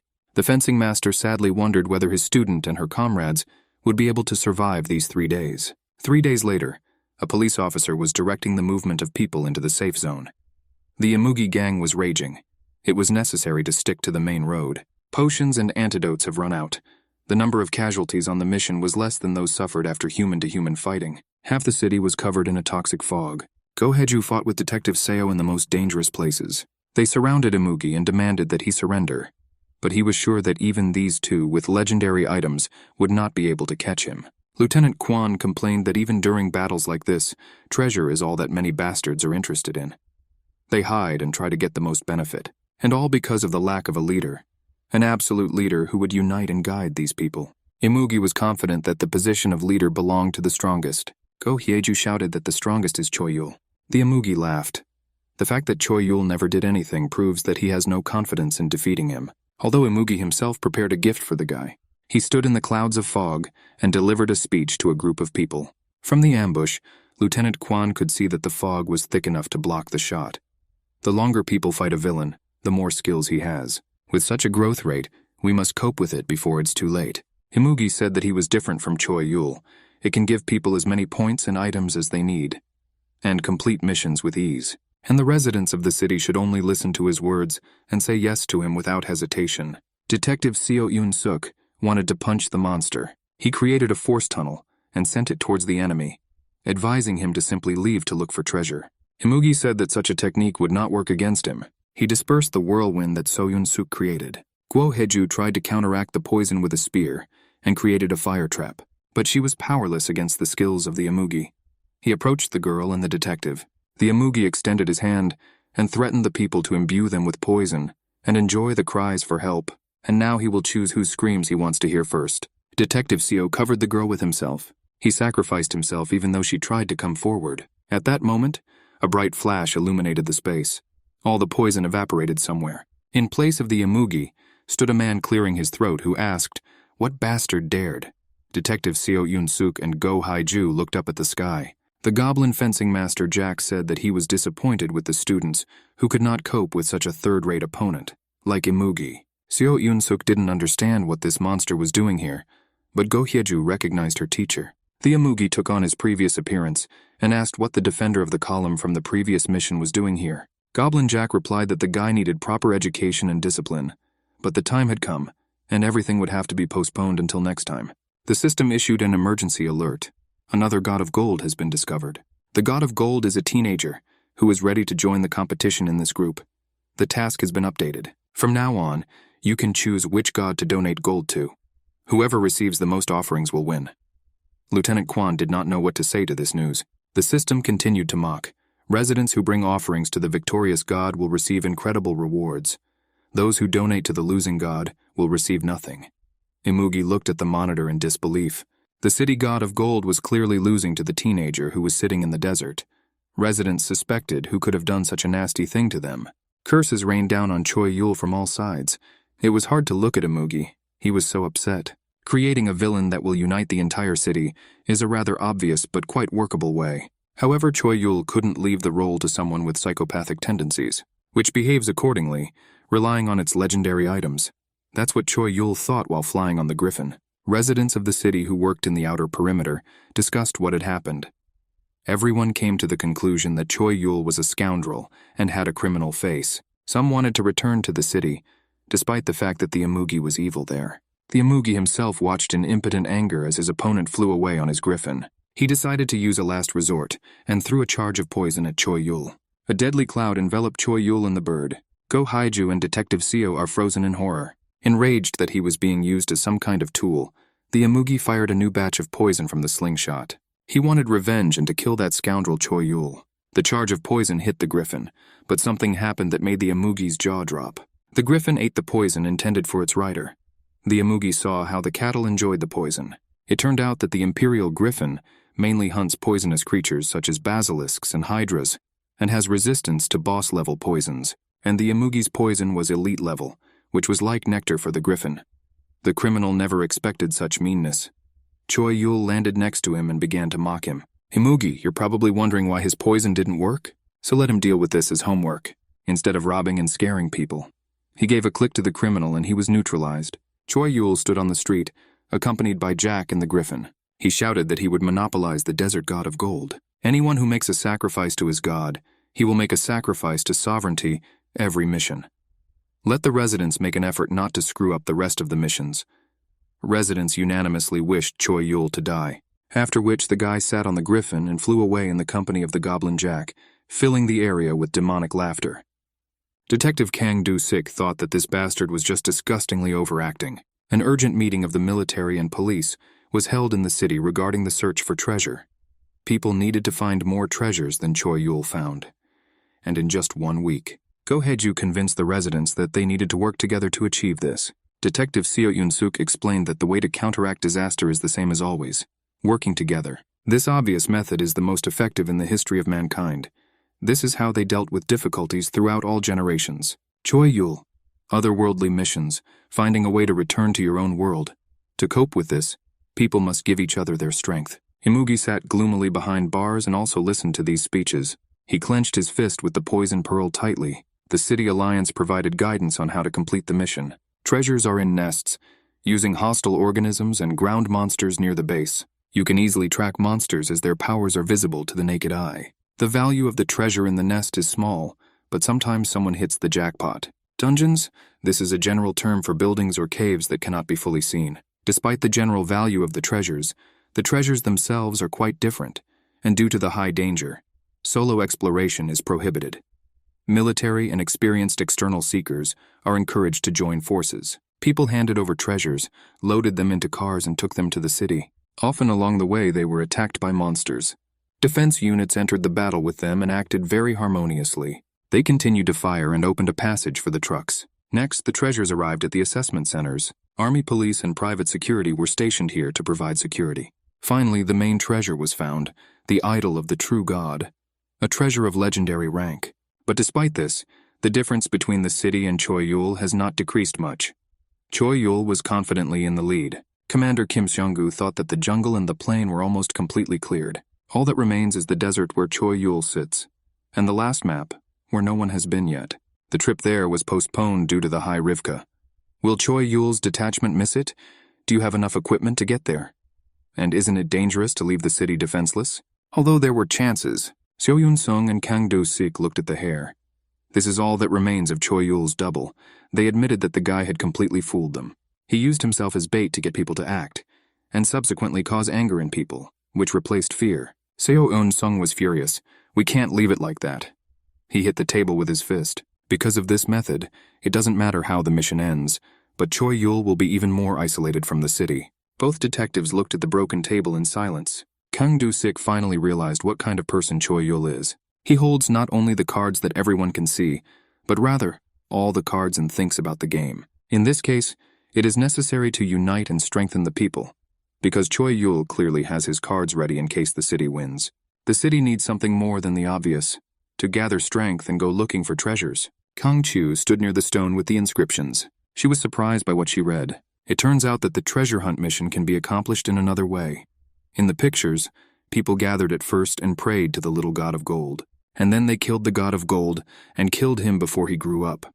The girl was going to sell this information for a very high price. The last day of the treasure hunt mission has arrived. Seo Yun-suk got into a fight with Choi Yul. The teenage desert god of gold has accumulated a lot of treasures through the efforts of one Choi Yul. Choi Yul blocked the detective's fist, but the blow was so powerful that the guy tumbled and flew high into the air. The detective noted with satisfaction that no matter how strong Choi Yu's skills were, his weight remained the same. The city god of gold almost caught up with the desert one. All residents took part in this mission. Go Hyeju came at Choi Yula with her spear, and on the other hand, he was suddenly attacked by amugi. The guy fought with two attackers. On one side a fiery spear was flying at him, and on the other a poisonous fog. Choi Yul fought back with his sword. There were 24 minutes and 33 seconds left before the end of the mission. The amugi stopped the sword flying at him with a dense cloud of poison. Choi Yul, unharmed, advised the members of the city alliance to take care of business, because the mission was about to end. Imugi, Go Hyeju, and Seo Yun-suk looked at him silently. 4 days before, Go Hyeju was surprised when she found out that Imugi is just a schoolboy whose milk has not dried on his lips. His name was Kang Song-won, level 24, an ordinary resident. He yelled at the girl to get off him, and she protested that she was assigned to watch him. He threatened her with his poison, but she could disarm him much faster than he could activate his pearl. After all, his body was no different from the body of an ordinary person. His subordinates, who were also detained, immediately told everything about their leader. The boy assured that as soon as he was released, all his subordinates would come running to him again. Go Haeju immediately determined that the guy suffered from 8th grader syndrome. Kang Sung-won sincerely believed that his pearl was a mythical class item at the development stage, which is why Choi Yul beat him. When he develops it, then he will get even with Choi Yul. And in time, the whole city will be his. Go Hyeju thought that if it weren't for Choi Yul, the entire city would be in danger. Is it even worth leaving this bastard alive? At the Treasure Appraisal Center, people were discussing dungeon raids and thought they could move on to more difficult missions. Kang Chu listened to these conversations carefully. Order and law reigned in the city. In just a few days, the city was filled with wonderful fighting spirit. But for the girl, this meant that selling information would be more difficult. She called Go Hyeju, who was relieved that her friend was okay. The girl agreed to help Kang Chu. At this time, Kang Sung-won was reading something in the system messages. Kang Chu asked to introduce her to someone to whom she could sell information. They are all big shots in the city. Commander Kim Seong-gu and Lieutenant Kwon Jae-yong were drinking beer in the conference room. Kwon believed that the fact that Imugi was standing in front of them was abnormal. Kim Sung-gu said that he was the one who called the guy. The Imugi are their most prominent power. Using Guo Heja as a security guard is very wasteful, and all forces must be used to the maximum. Detective Seo also thought that this mad dog, Imugi, should be isolated, but his boss, Lee Chulman, suggested that he listen to everyone. Kang Chu told everything she knew. If the information is correct, people can kill the god of gold before he becomes an adult. Although it will be difficult to pass by Choi Yul, it is worth a try. That's why they need the amugi. The boy was proud that the city needed him, and they made a deal. Choi Yul and Goblin Jack were sitting in the desert. Goblin Jack believed that they needed to hurry up with the sacrifices to sovereignty. The Demon King's punishment is just around the corner. Choi Yul replied that this time he would choose as sacrifices to sovereignty those who went into dungeons that were too tough for them, and those who were close to the cursed treasures, as well as those who needed to be isolated before the mission began. Then they noticed the guests approaching. The military truck carrying Go Hyeju, Imugi, and Seo Yun-suk arrived at the scene. The military men who were traveling in the second truck were ready for battle. All this was not in time for Choi Yul. His griffin attacked the car with the group leaders. The amugi threw arrows of poisonous smoke at the bird, which angered him to the extreme. This made life difficult for everyone present. Lieutenant Quan ordered his soldiers to run out of the car and hide. As soon as they take their places, let them begin supporting them with fire. The amugi retreated behind the walls. He wasn't going to waste a lot of energy. The bird wasn't his final goal. People thought to use it to defeat Choi Yul and his god of gold. They were very wrong. The amugi clenched his fist. He was the one who used all these bastards. Commander Kim Seong-gu watched the operation from afar. They wanted to start with negotiations, but it seems that Choi Yul is not in the mood to talk. The commander went to the battlefield. The plan to kill the desert god of gold was a hoax. Of course, if the residents succeed, they will win the mission. But it is obvious that they will not succeed. The essence of this plan is to find treasures. People must break through the desert to the last sector. There was little time left. So as not to travel back and forth many times, it was necessary to pick up as many treasures as possible in one trip. So they sent as many people as possible. Of course, no one was going to leave a keg of gunpowder like the amugi in a weakened city. This is why the deception plan was used to destroy the god of gold, to remove the amugi from the city. When the people saw the last sector they had broken into, they were surprised. How did the city from Earth end up here? Kim Seong-gu suspected that they were far from the only ones called into the game, although I didn't know how to find evidence of this. But people did not die because of external influence. People were isolated and divided. They came to an end because of the struggle among themselves.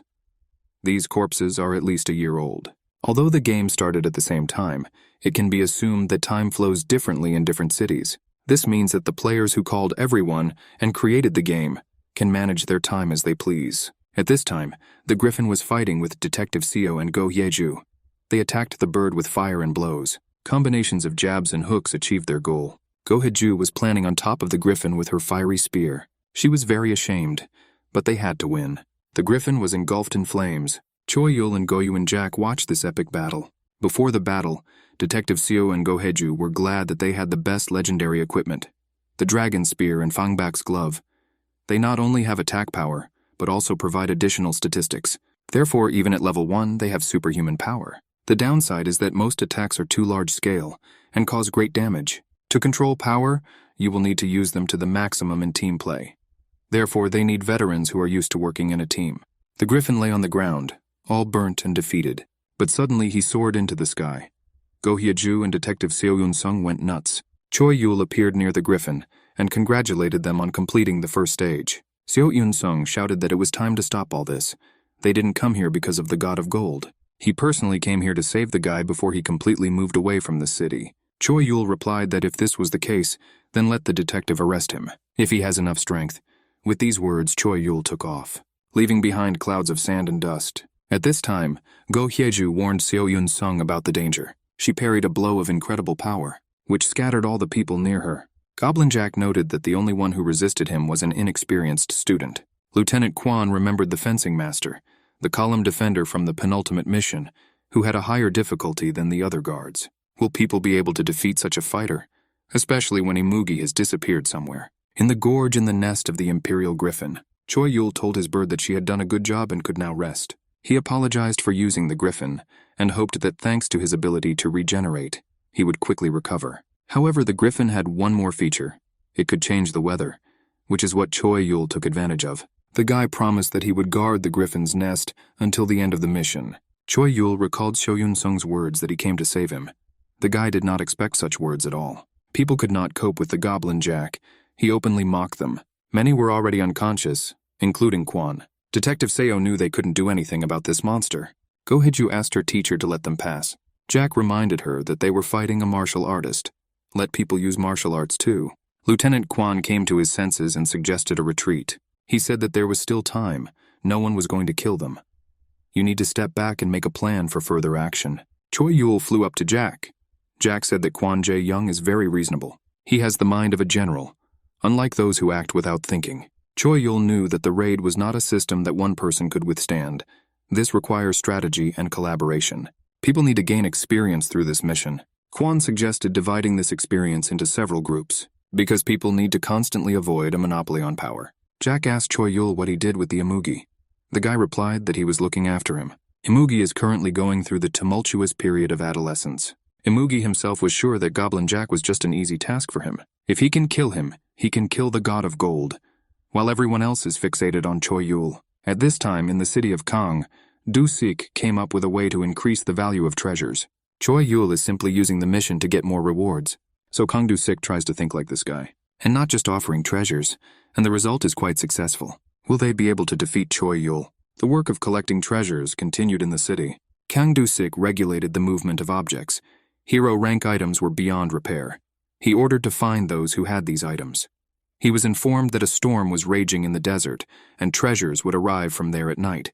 He ordered lighting to be installed in the canyon to reduce the time required to get to the city. Everyone obeyed his orders unconditionally. In the desert, Seo Yun-sung and Go Haiju discussed whether Kang Du-sik would be able to complete his task.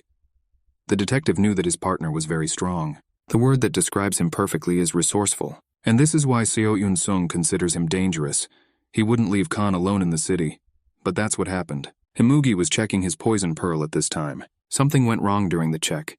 The guy received a strong blow. Spitting from the sand that had filled his mouth, Amugi realized that the pearl's skills had stopped developing, although it should become stronger the more often he uses it.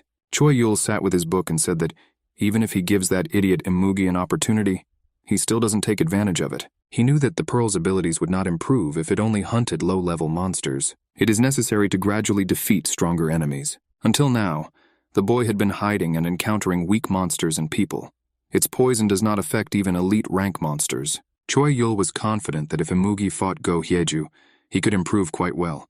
But he wasn't going to tell the boy about it. Now this parasite is an independent villain, and that's enough. Choi Yul thought all this while sitting comfortably behind his personal god of gold. Goblin Jack swooped onto the roof of a building in the desert. He raised a dust storm and directed it at the soldiers. Detective So tried to fight the fencing master and threw a punch, but they couldn't see Jack, so they decided to open fire and distract his attention. The fencing master walked towards them in a vortex of power. Guo Heju's fire spear flew there. Everyone prepared for impact. There was a strong explosion and a fireball lit up the area. Master Jack came out of the ball, holding the gloomy Go Heya by the throat. The girl had a huge lump on her head. Her face was covered in soot. Jack told her that she was an amazing fighter, but not good enough to beat him. But he does her good and lets her go. Finally, he told her that working together with someone, if you are not strong enough, is also a way. If she is his student, she should be able to stand her ground.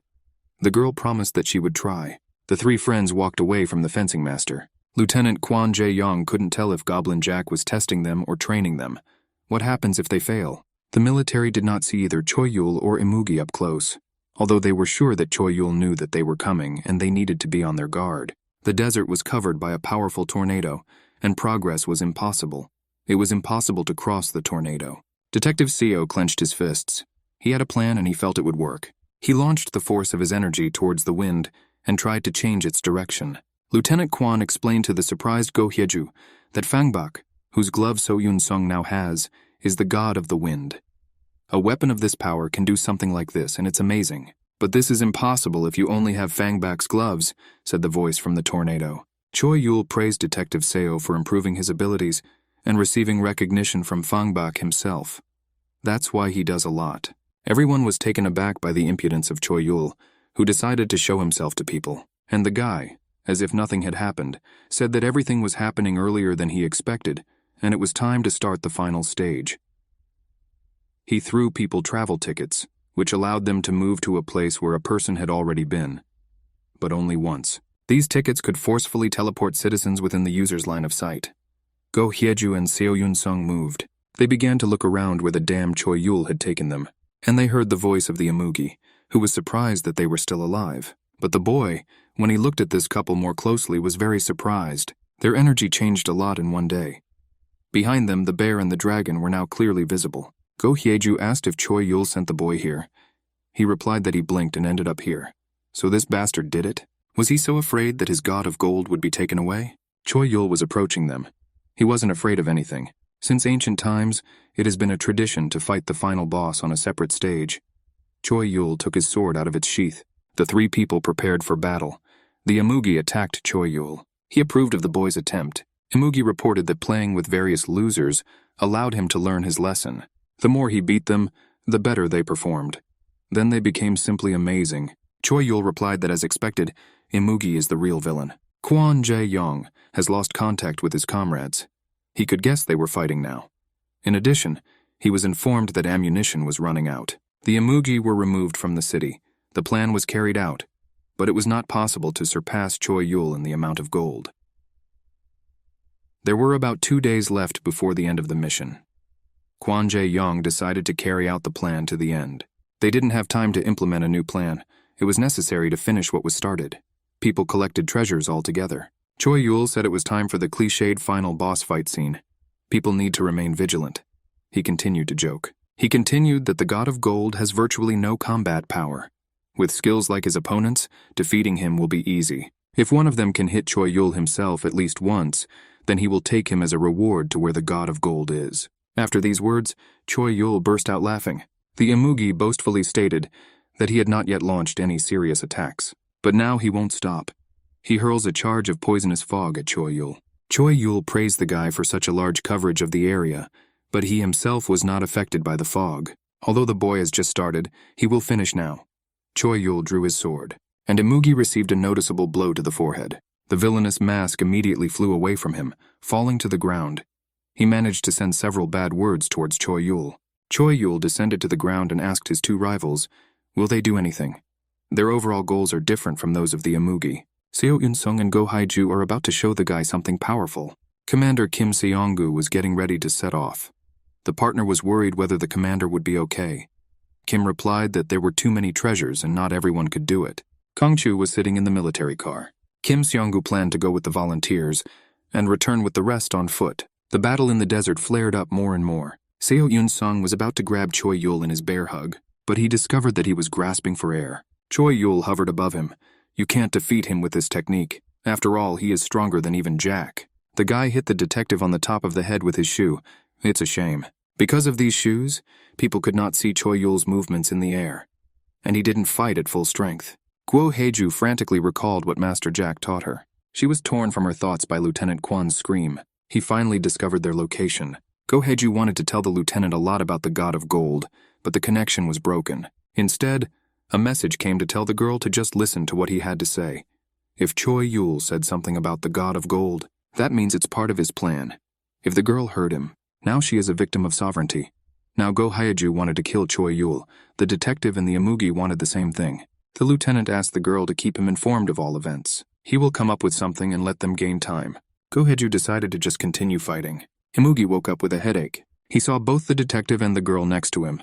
They were dealt with so quickly, despite their legendary rating. Choi Yul was calmly reading his book when the menacing amugi loomed behind him. Choi Yul turned to the guy and said that he needed to find out how the lost magical pearl evolved. If you use it thoughtlessly, it will simply absorb the boy. The amugi screamed that this was a lie and attacked the place where his opponent was sitting a second ago.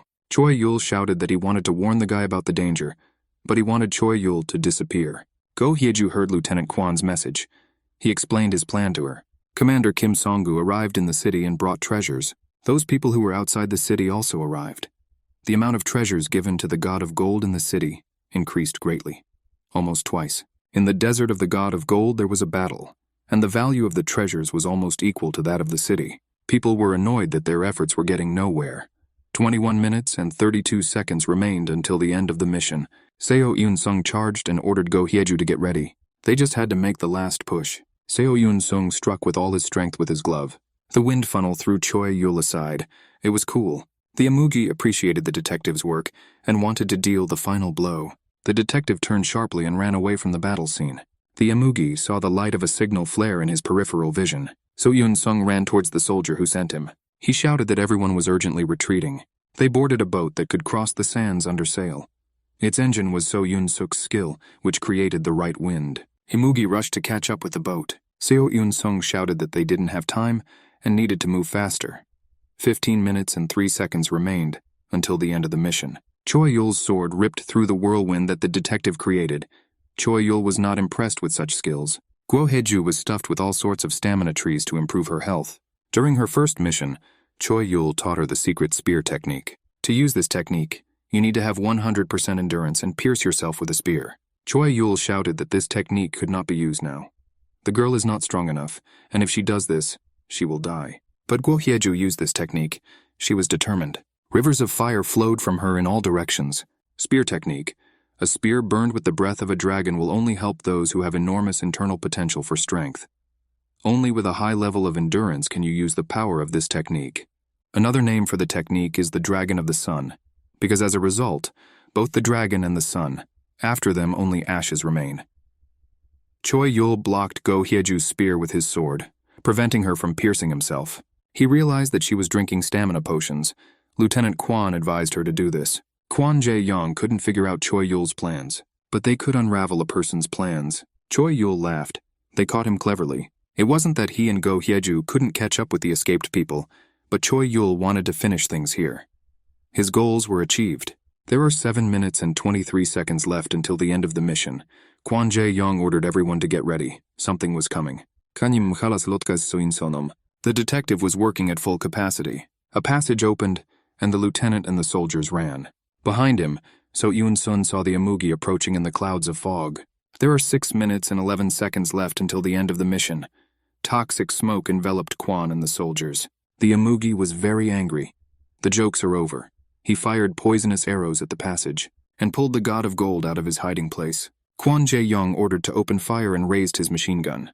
In the city, people collected a precious statue that had to be delivered to the God of Gold. There was almost no time.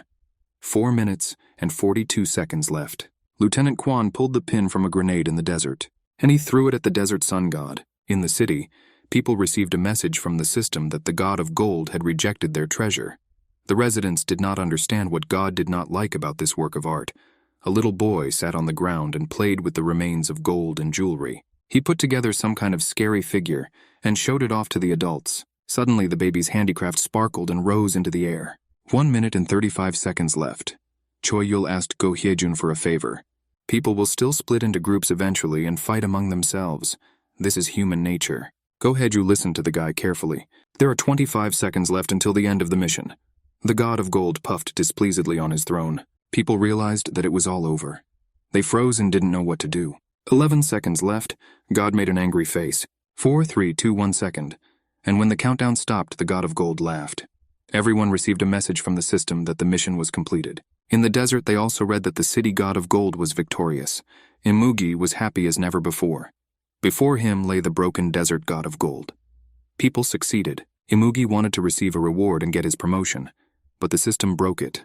Thanks to the sacrifices of sovereignty, all his awards were confiscated, and citizens of the Golden City who are outside the city will be forcibly resettled to its territory. Imugi found himself in the city before he could blink an eye, as the others.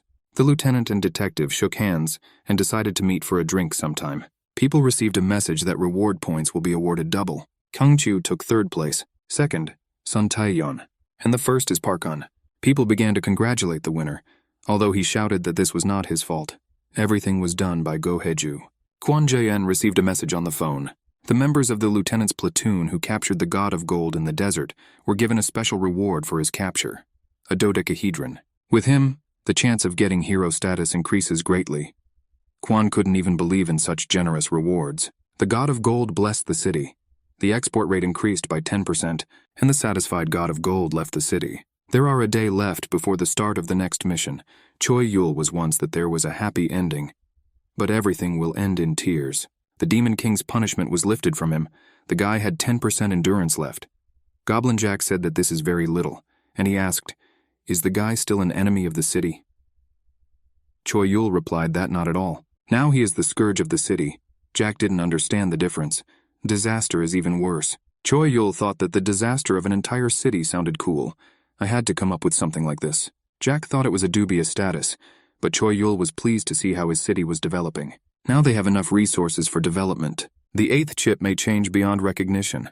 Many city residents wanted to work in the delivery office of Pak, the winner of the mission. He tried in vain to convince people that he only helped Gu Hedge a little. Although she was in the clutches of Choi Yul and became a victim of sovereignty, she continued to fight until the very end. A real hero. Angel of Flame. 8th city idol. Everyone wanted to be at least a little like Go Hyeju. Go Hyeju observed this craze and remembered her conversation with Choi Yul. When people will again fall into despair, when they will wearily bow their heads from the evil Choi Yul, or a villain like Amugi, they will see a girl behind the despair and let her be a symbol of hope for them. Goheju came out to the city residents. She said she's not as exceptional as they think, but if they want to defend the city with her, then she will happily organize a guild with the residents. Guild is a term for associations of merchants and artisans in medieval Europe. In games, this term is used to refer to a group of people working together to achieve some goal. Detective Seo Yoon-sung believed that this was something like a club of interests. Kang Do-sik said that each guild has its own vibe. Some behave like robbers, others like bandits, and others just like friends or partners. Seo Yoon-sung asked if they could start their own guild. Yes, everyone could from the very beginning. There was a window like this in the options, but it was too expensive. There are only 3 guilds that have been officially organized. The rest are considered preliminary. The first official guild is Delonix, founded by Goheju. She is the master of this guild, and her deputy is Park Gun. Their main goal is to protect the city. They are the most popular. Seo Yoon-sung thought that Hyeju was very cool and could be relied upon. Next is the army. Its official name is the Army of the 8th City. They took part in the very first mission. They have a lot of points, all thanks to the competent command of Colonel Kim Seong-gu and the precise performance of Second Lieutenant Kwon Jae-yong. Seo Yoon-sung believed that this guild was also good and had a bright future. The third official guild is the Kingdom. This is the Amugi Guild. Despite the story with Choi Yul, they have high-ranking weapons. They almost took over the city.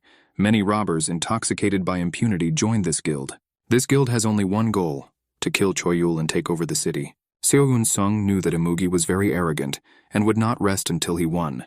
He believed that the police also needed to become stronger. But the police are busy with petty criminals and protesters. They don't have enough points to create a guild. And soon the police will be of no use at all. Kang Do-sik had a plan. Detective Seo walked to the window, and I saw a crowd of people shouting that they wanted to serve in the police under Do-sik. Seo Yoon-sung asked what Kang was doing in his absence. He replied that he was working. Did So think that Kang would gather his own people to get rid of the police? Seo Yoon-sung replied that it was good that Kang Do-sik gathered them all in one place. You can get rid of them all at once. The fox and the bear again looked at each other incredulously and with aggression.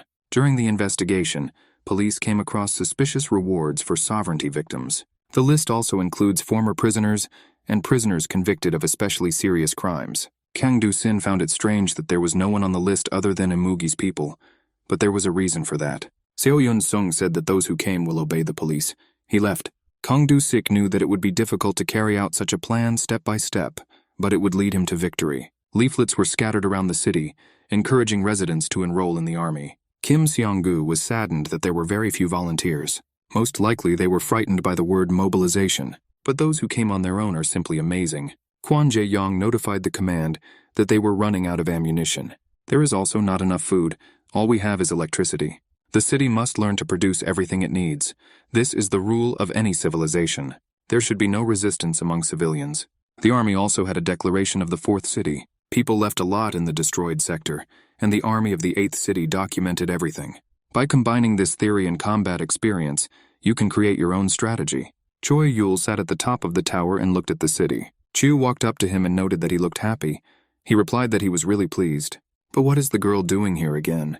Have you come to admire the beautiful views? She handed Choi Yul a bag of chips and said that thanks to him, she had a lot of fun on the mission. Choi Yul is not going to open his own guild. The guy said with a laugh that the guild masters become victims of sovereignty, so no. Kang Chu realized that Choi Yul was preparing something for the victims of sovereignty.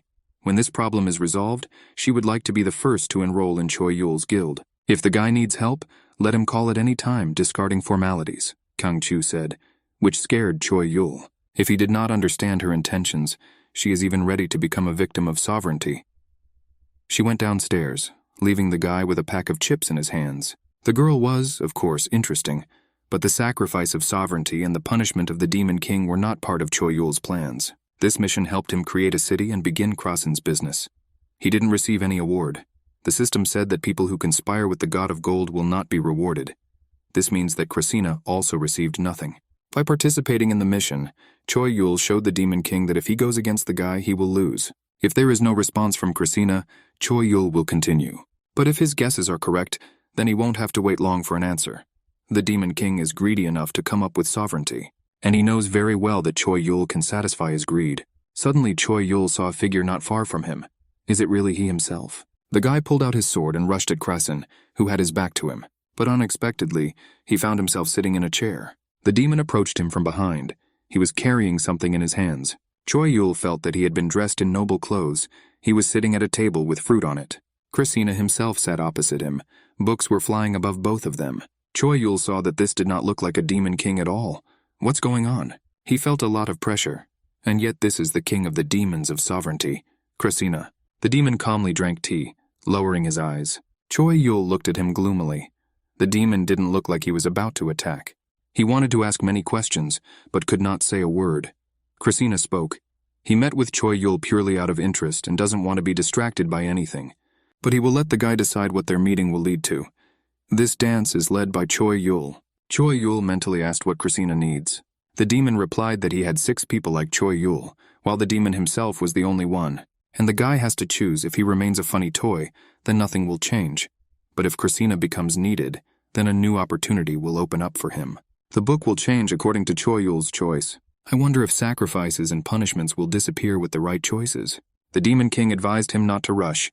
He just said that he was giving Choi Yul the opportunity to become something he needed. Perhaps this will never happen, and interest in the guy will disappear. Choi Yul knew that he would have to go through a lot anyway.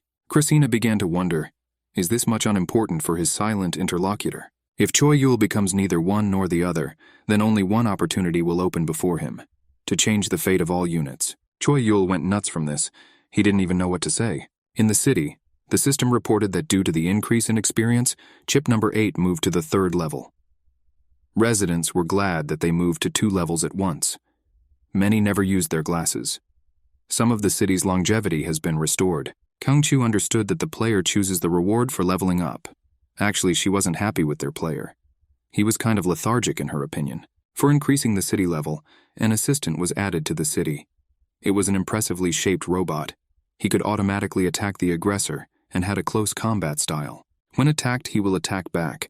Residents should be careful. This robot was level 30, and he was a character in the game that you cannot play as. After Kim Chu looked at the robot, she thought that maybe their player was just getting ready for the real game. At this time, the paw with claws was selecting something in the system window. In front of her was the result of a complete examination of the anomalous unit, Choi Yula. No anomalies were found. System error. Registration denied. The player decided to conduct an in-depth examination. The system reported that during the in-depth examination, the unit may die.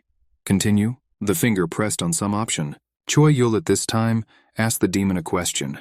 When he said about all the units, did he mean those from other cities? He didn't even notice that he had a voice again. Krasina confirmed that everyone. The scale was enormous, but is this Demon King capable of something of this size? He is a very unusual Demon King. The Demon King himself was calmly eating a slice of apple. It's time to make a decision.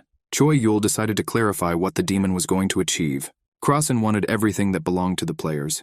Everything they have, everything they know. They don't know and hide. He wants their skin, bones, soul, everything. And it will all be his. The demon clearly saw the players as his enemies. Choi Yul frowned. The time had come to choose. The demon was not known for his patience. Other demon kings reward players by making them superior beings. They call missions challenges. Choi Yul made his choice.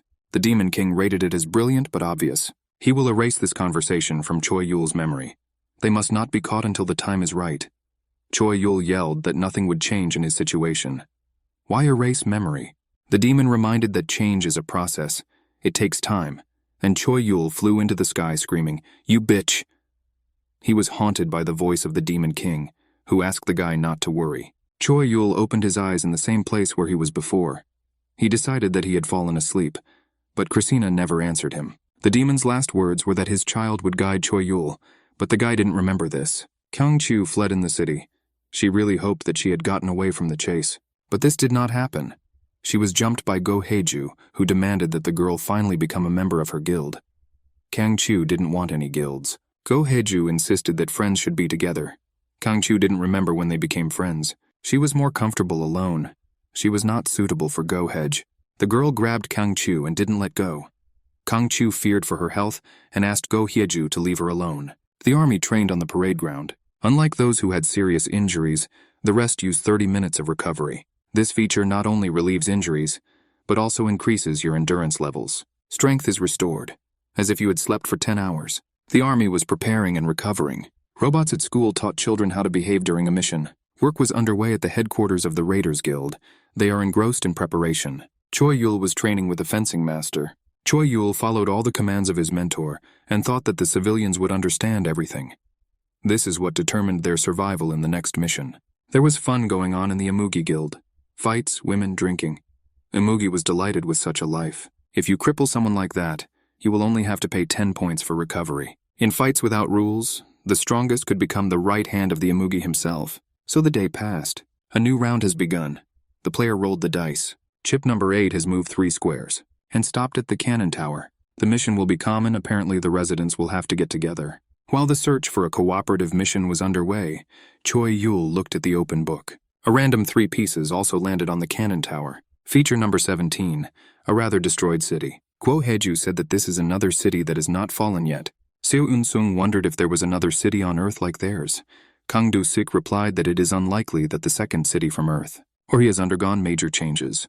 Against the backdrop of the medieval towers of the new city stood a knight in full battle garb. The system reported that a card was being generated.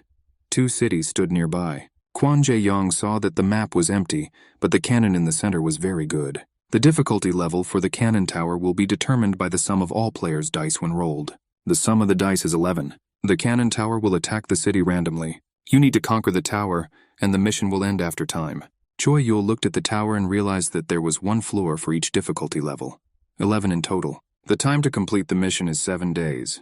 The mission began and the tower shook from the furious fire. All the cannons came into action and poured bursts of shots into the city. Cannonballs flew everywhere. Go Hyeju intended to shoot them down, and Detective Seo used his gauntlet. The girl destroyed the cannonballs with her spear, and so Eun-sung advised her if she couldn't destroy the core, just redirect it to where there was no one. The city was in order. All the inhabitants were alive. Kang Do-sik thought that nothing was wrong. The game protects the city, not its inhabitants. Chip number 8 has 91% health left. Choi Yul knew that no matter how many residents died, the game would end if the city was destroyed. He decided to see how things were going in the second city. Cannonballs also flew there. Residents of the second city knelt and said that the great guardian of the city was looking down on them. They prayed to the one who plays dice. They passed the tests that the board gives them, and they asked to perform a miracle for the sinful inhabitants of the city. This approach to the matter made Choi Yul's hair stand on end. The second chip was protected by the harsh city from direct physical attacks. After a certain amount of damage has been absorbed, this card will be destroyed. This chip had 99% health left. Kim Seong-gu watched what was happening through binoculars. This map matched what was in the records of the fourth city. Choi Yul thought that players played with cards and dice. These are 2 ways in which you can interfere with the game. Now, seeing it up close, he fully felt that they had all become simple units. The last cannon is aimed at piece number 8. 60 minutes left before the shot. Soldiers in trucks were approaching the tower. The remaining guns were silent. They were recovering. Movement was detected in front of the vehicles. Towers with glowing windows came into view. Lieutenant Kwon determined that this was an ambush, and that it was necessary to break through it. Shooting began from the towers at the cars. The second and third cars were destroyed, and 2 people were slightly injured. The military from the destroyed vehicles remained to cover the breakthrough of the surviving military to the tower. Kwon Jae-yong reminded them that they must all survive until the intermission. Now he understood why the map was so simple. It was constantly changing at any given moment, either due to monsters or topography. He was glad that they didn't take Go-Haeja with them.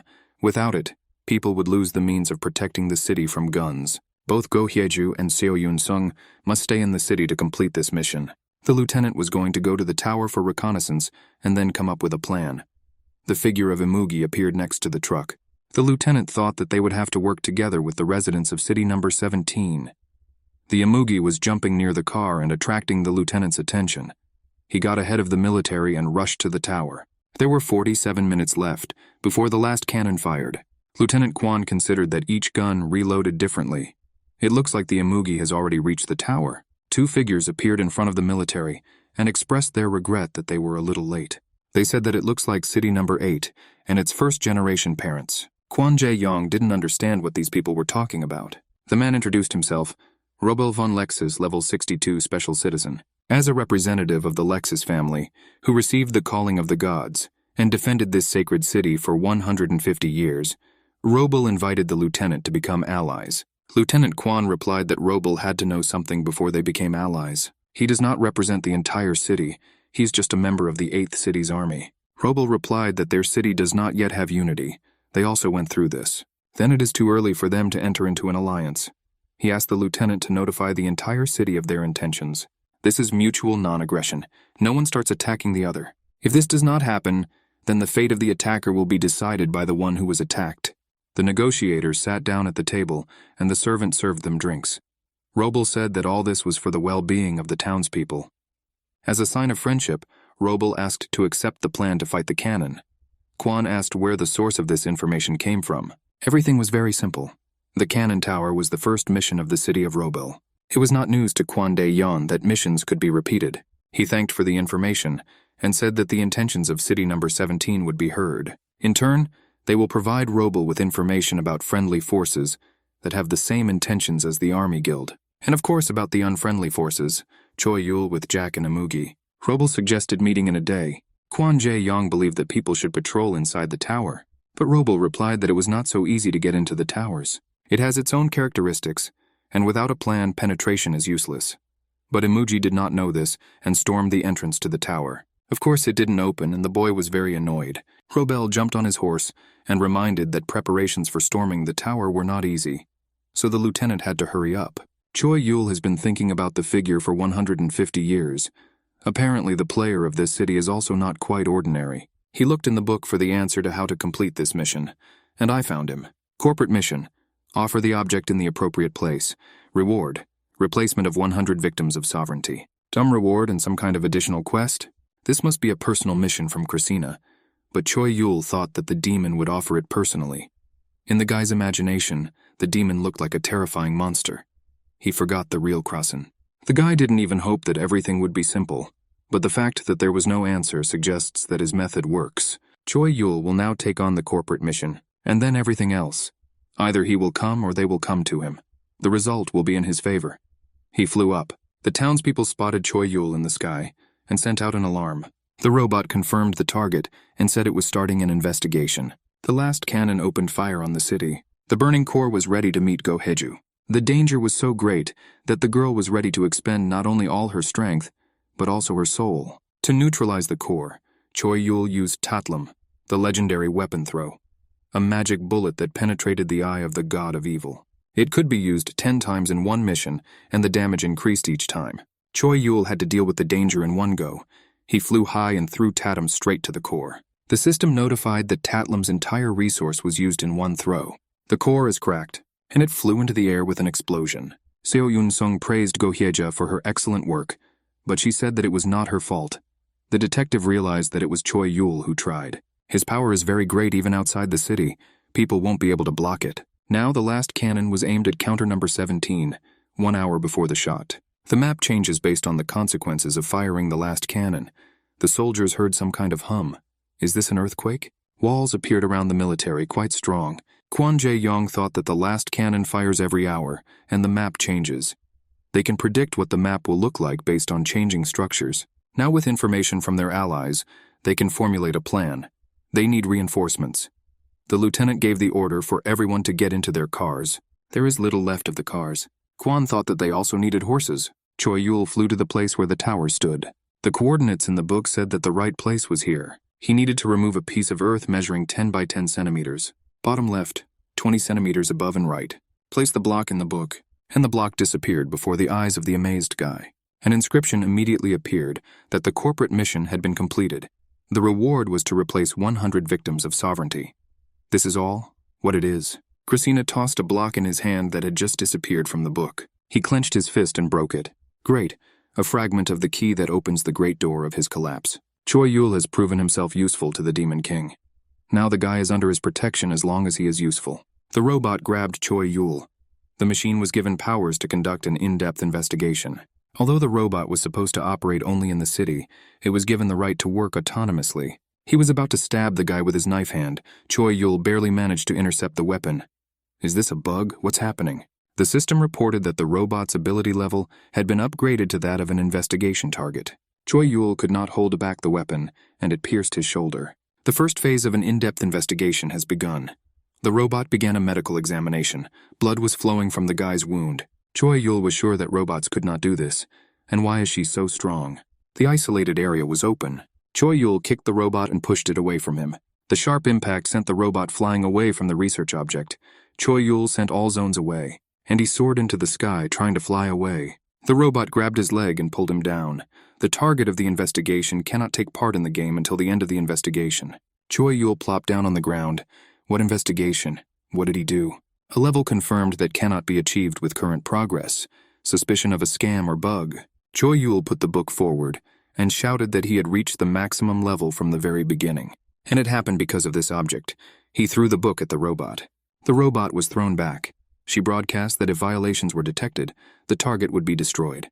And Choi Yul slipped next to her to escape. They got into a fight. The robot announced that the investigation was over, and Choi Yul swore that everything was according to the rules. And he demanded to bring the system administrator. The Otherworld Adventure Guild Rangers moved forward. They rode bicycles as the most economical form of transport. Their task was not to fight, but to explore the other world. The city was heavily damaged by the cannonballs. His health remained at 82%. Go Hyeju and Seo Yoon-sung were inspecting the destruction, but the mission had just begun. But the girl thought that everything was going great. The atmosphere in the city has changed. Everything goes according to plan. Kang Do-sik reported to his superiors that there was only one map for this mission. This means they only have to protect one side. Even despite the reconstruction, it would be great if Hyeju acted as a springboard. At this time, the leader of the Rangers Guild was examining the walls outside the city and admiring the structure of their material. Residents of the city thought about how they could adapt the cannonballs to their work. They are very strong. Maybe something can be built out of nothing. A man in a camouflage suit was observing the conversation between Detective Seo and Go Hyeju. They said that there are many unstable factors in the city. Choi Yul, amugi, Kang Do-sik. The man was dressed in a shadow suit. At chip number 17, despite the constant shelling, everything was fine in health. 99%. The protection worked great. Roble rode through the city streets and talked about the results of his visit to his neighbors. Their city has great potential. Less than a month has passed since the missions began, and they are already amazing. His interlocutors listened attentively to the leader, but they thought he gave them too much information, to which he reminded them that this was a corporate mission. Emma Hilt, senior citizen. She believed that the stronger the inhabitants of that city, the less their people would suffer. And Kane Weor, the same newly appointed one, said that if this had been another mission, they would have quickly resolved the issue with the strangers. Roble suggested that everyone take their time. They crawled towards the cannon tower. Everything goes exactly the way that person wants. A fast citizen, all of whose actions are accelerated based on the results of dice rolls. The die has been thrown, and all actions of the inhabitants of chip number 17 are carried out with an acceleration of 3 hours. Roble shouted to the citizens that they needed to bring victory to their god. A golden glow enveloped him, and he galloped forward. He believed that all residents of the city were chosen. Residents of the city that God loves. The horsemen were approaching the trap towers. Roble unsheathed the legendary sword, the bearer of Borax, which could call upon thunder. It was possible to use chain lightning magic with it. Golden lightning curled from the sword. Roble thought that cities that do not receive God's love, like their inhabitants, they will never win this sacred game. It doesn't matter how strong they are or at what level. He galloped up to the tower, and below the robot was completely crushed by Choi Yul. He groaned helplessly, and he demanded that she remove her foot from his chest. He tried to throw the robot off of him. He couldn't believe that this tin also had the maximum level. He met someone equal to him in strength, and it didn't make me happy. He is strong because of his items. Learned martial arts from Jack, but still a beginner. He swung his sword. When will this investigation end? The robot gave a thesis that she was sure that in an extreme situation the scam would happen again. And if there is a threat to life, it will definitely happen again. She needs to check whether the bugs are repeated under other conditions. She chased the guy around the perimeter without letting him catch his breath. Choi Yul understood that the robot would attack until he died, and called the fencing master Goblin Jack. 2 against 1, there was a chance. But nothing happened. The robot reported that calling assistance in isolated areas is prohibited. Choi Yul was thinking hard about how he could survive in this isolated zone. He already lost a lot of time here, and he needs to return before the cannon turns the city into ruins. The robot, meanwhile, decided to resume the medical examination. Choi Yul dodged the attack. The attacks were very simple, but she didn't stop. If only she had stopped for a moment. He missed a blow to the chest, and a powerful explosion that raised clouds of dust. The guy was completely exhausted, and was ready to accept his death. But the Demon King could not allow this to happen. The book flew up behind Choi Yul. The robot discovered that the target of the investigation had survived. The investigation was resumed. The system informed everyone that a new skill from Krasina's book had been acquired. and the robot's deadly knife was blocked by Choi Yul's sword. The skill was called Overlord Mastery. The user could wield 4 overlords and use their abilities. Of the 4 overlords present, Master Jack was present. Choi Yul acquired all the abilities and skills of a fencing master. He admitted to the robot that he really didn't like him, just like the demon king Krasina. But first he will deal with this danger, and then his hands will reach the demon. In the ghostly robes of the goblin Jack, Choi Yul walked to the center of the room, where the robot was already waiting for him. She rushed at him with a bloody knife. Choi Yul waited for the attack, clutching his sword. They fought in a desperate fight. The blue whirlwinds of the guy's power mixed with the golden ones of the robot. Her level and equipment did not mean she was superior. In any game, if you lack level or equipment, it's all about control over your opponent. It's better not to meet someone like the one in the picture. A man in shorts with a club killed a knight in full regalia. Jack's swordsmanship is able to provide this control. Jack's ghost told Choi Yul that it was all useless. The guy jumped into the corner in surprise.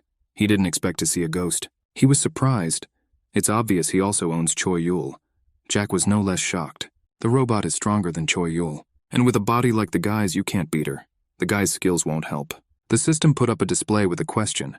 Does Choi Yul agree to hand over control of his body? Choi Yul agreed. At the same moment, he rushed to the attack. The method of movement is 7 steps of fast wind, storm, which was one of Jack's abilities. To skillfully dodge and move quickly in a straight line, he cut off the robot's knife arm. She began to chase the guy who was running in front of her. Jack in Choi Yul's body used a martial art, Heavenly Wolf Saber Moonclaw attack, and he was about to finish off the robot. Choi Yul squealed for Jack not to kill her. At this time, the 3-blade chi blade activated and the entire room began to glow with energy. The robot fell to the floor with no way to get up. Jack asked Choi Yul why he didn't immediately say that there was no need to kill the robot. The guy replied that Jack didn't give him a single chance. The system displayed a window with the inscription reconciliation. When used, her relationship with the robot will improve, and she will be teleported to the original location. Choi Yul really hoped that the medical examination would not be resumed upon meeting the robot. Nothing happened until a voice was heard that the medical examination was completed, and no abnormalities were found. And now the inspection begins. Choi Yul swore loudly. Lieutenant Kwon Jae-yong finished reading the plan that Robo gave him. It's time to confirm it. He will go ahead and let the others cover him. In his hand was a shield that fell from the bone of the god of gold. There were several types of equipment. Some must be worn constantly, and some can be summoned. Kwon Jae-yong summoned a shield. It was a heroic grade Helden shield. The faith of those who follow him works wonders. Covering himself with a shield, the lieutenant went to the tower. The shield created a divine energy barrier. Its level depended on mutual understanding between comrades. The trap towers opened fire, but the lieutenant and the soldiers were invulnerable. They began to prepare by entering the cannon tower. If you enter through the side door of the mini tower, then you can meet a goblin who controls it. After eliminating it, you need to examine the room and find a low-level ID card. If you collect 100 of these cards, they will turn into 1 high-level. And if you collect 100 high-level cards, you can get a master card. Only with her and a group of 10 people can you enter the cannon tower. You will have to create as many master cards as possible and recruit enough people to raid the tower. Amugi was very angry that the in-game logic was so stupid. His companion promised to find a way out. Kong Chu approached them and greeted them. She said she had useful information. Imugi's companion Wu Seulgi recognized the girl as Kong Chu, who took second place in the treasure hunt. Imugi began to threaten Kong Chu that if she did not give him all the information, she would regret it. Kong Chu advised him not to get excited, because this deal will determine their future relationship. Imugi and Seulgi decided to listen to the girl, and if the information was unimportant, simply kill her. The girls had a serious fight, even frightened the Amugi, who had never heard such a thing before with a female scandal. Robel threw up a pile of cards. He received a high-level card. He had 12 high-level cards. Losses were 42 dead and 123 wounded. Hank told the soldiers to be careful, but they were very excited about the mission. But thanks to this, they collected more cards. Robel folded his hands and began to pray. Hank also joined in the prayer. Robel shouted to the soldiers that they should not die for the sake of the gods, but live in their name. Robel was informed that the strongest resident of the 8th city was a certain Choi Yul, but he suddenly disappeared, and no one knows where he is. Robel thought that even Choi Yul has excellent equipment. He does not use force for the sake of the city, and that means he's good for nothing. In the isolation zone, Choi Yul was surrounded by rings. For inspection, the current effects were temporarily removed. The guy couldn't move. The study of his memory began.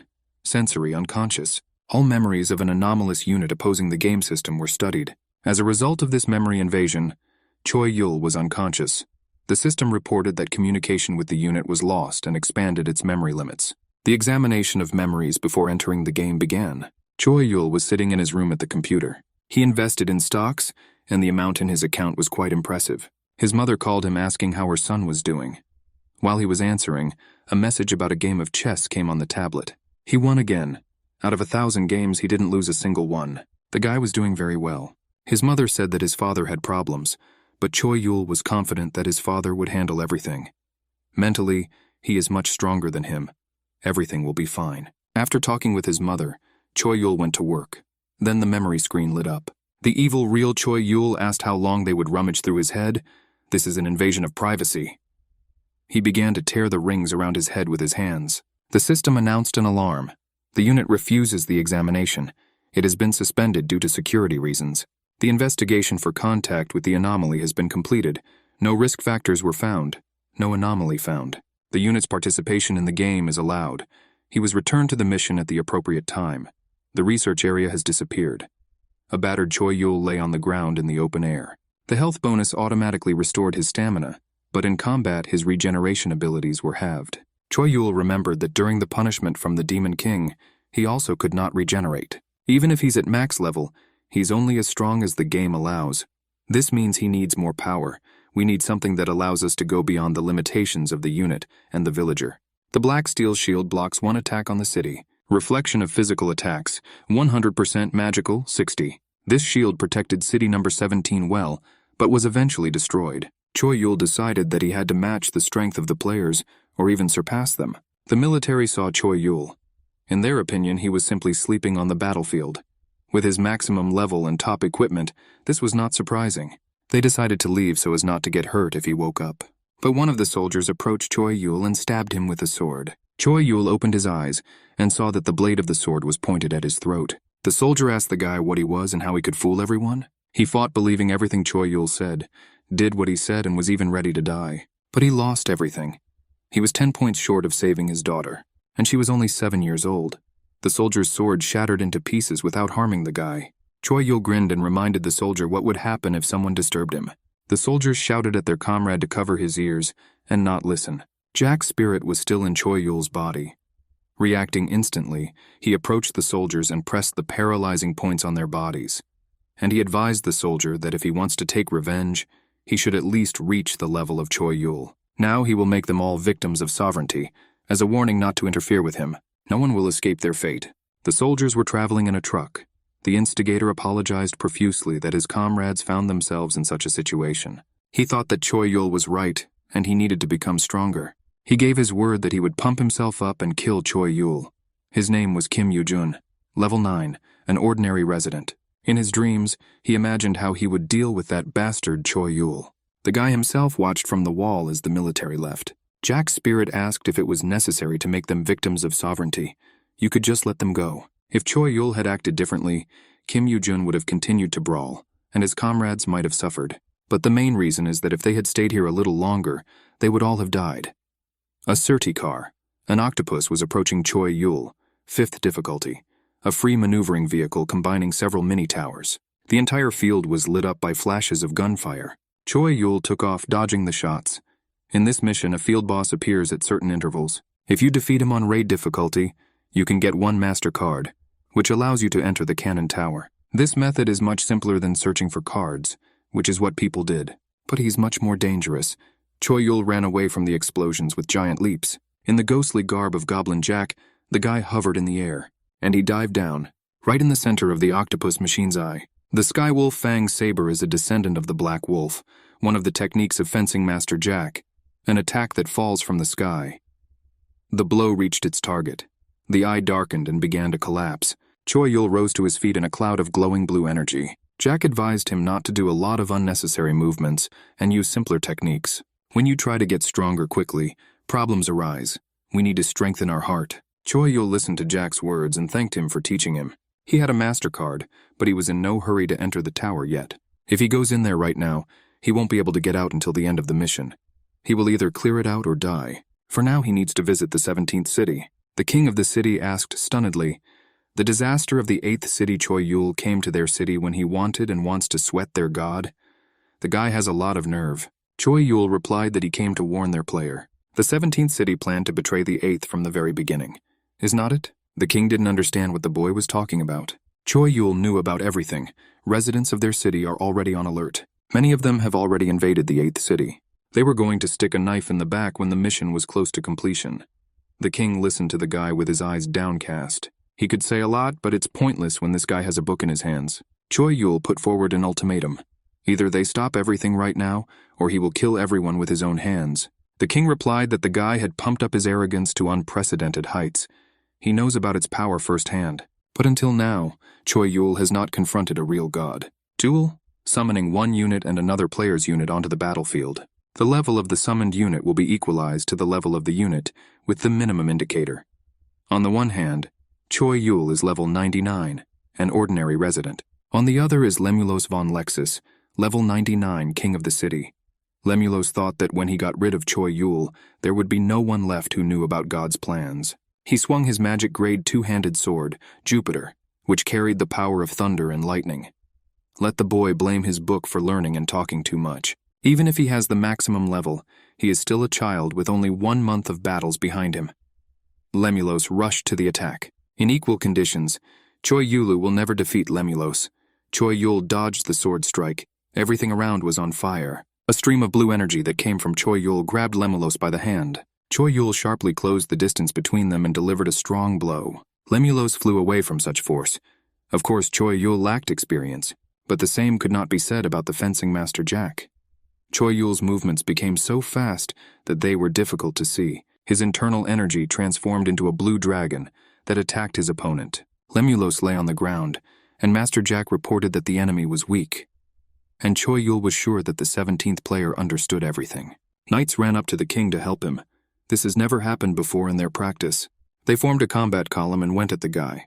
He invited them to play. Player number 17 saw everything that was happening and clenched his green fingers in anger. And the knights advanced on Choi Yul in an armed crowd. They gave off very bad evil energy and a thirst for blood. Choi Yul decided that they were all crazy. The knights' eyes glowed through their visors with furious red fire. At the same time, Lieutenant Quan was hiding behind a wall on the field. A knight with burning eyes passed by. The knights hastily retreated to their city.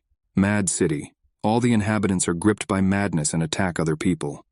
Residents' ability levels increase significantly. Choi Yul realized that everything that was happening was that knife in the back. Jupiter's sword swung out again. Choi Yul jumped away from the lightning that struck him.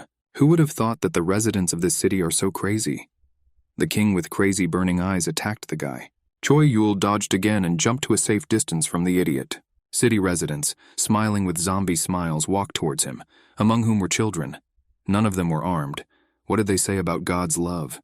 He treats them like all players, like pawns. Choi Yul thought it would take 1 day to complete the task of clearing the cannon tower. And in this case, the residents of his city will face these madmen. Jack said he could handle it himself, but Choi Yul knew that the burden belonged to him. A blue light engulfed the building and people flew out, scattered by the strong impact. The residents of the city, who had completely gone mad, were seized with a thirst for murder. Choi Yul swung his sword and everything was stained with the blood of the attackers. When it was all over, Choi Yul looked sternly at the sky. When asked by the 17th player, the system indicated that he could not check information about the enemy's hidden unit. He slammed his green fist angrily on the screen. The 17th city was covered in flashes of blue energy. Choi Yul was about to leave when 2 fire whirlwinds flew at him from behind. The guy turned around and waved his sword. The blue curtain stood in the way of the fire. Lexisa's father and son were flying towards him. Both of them completely lost their minds.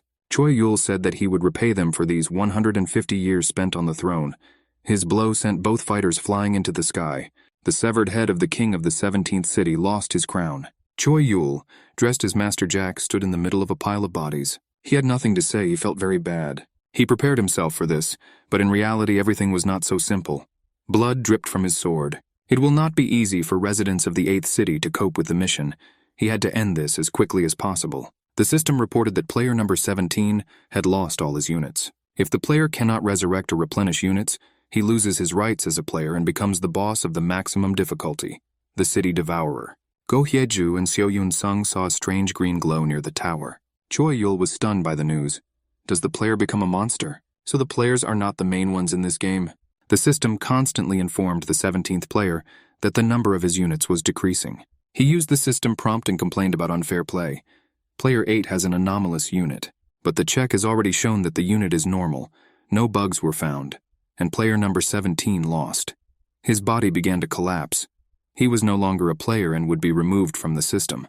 Now he has become the devourer of the city. The system thanked the former player for participating in the game. The city eater raised his spear over the cube. Player number 8 was frantically looking for a way out of the situation. An inscription appeared in front of him. Emergency disappearance. Fail the mission and move the piece by rolling the dice.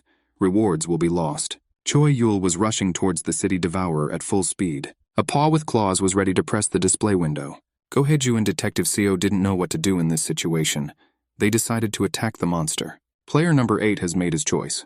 The shining red spear of the city devourer struck, and there was an explosion. Choi Yul was flying in the dark with a book. The darkness ended and he found himself in a strange place.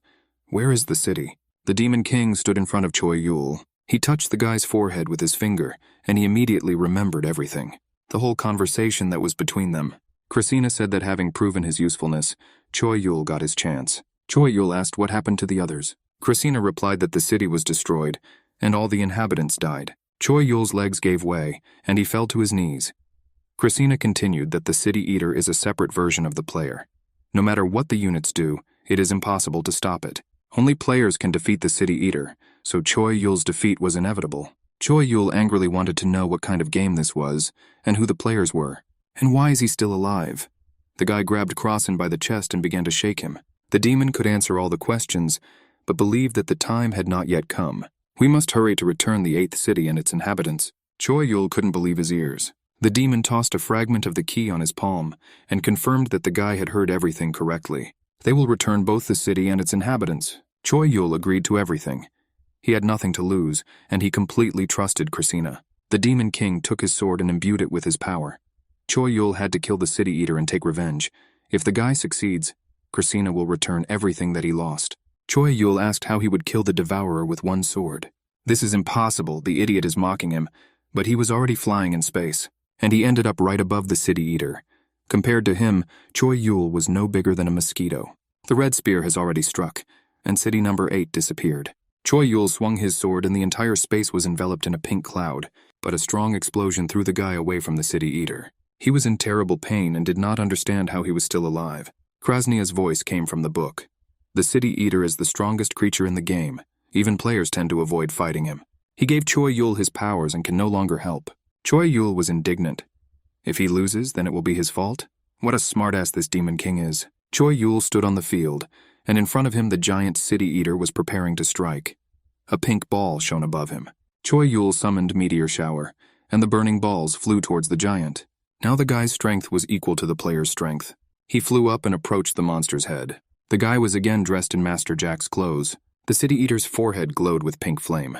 Cracks appeared across his face, and he collapsed to the ground. Choi Yul admired what he did. Instead of legs, the city eater had tentacles.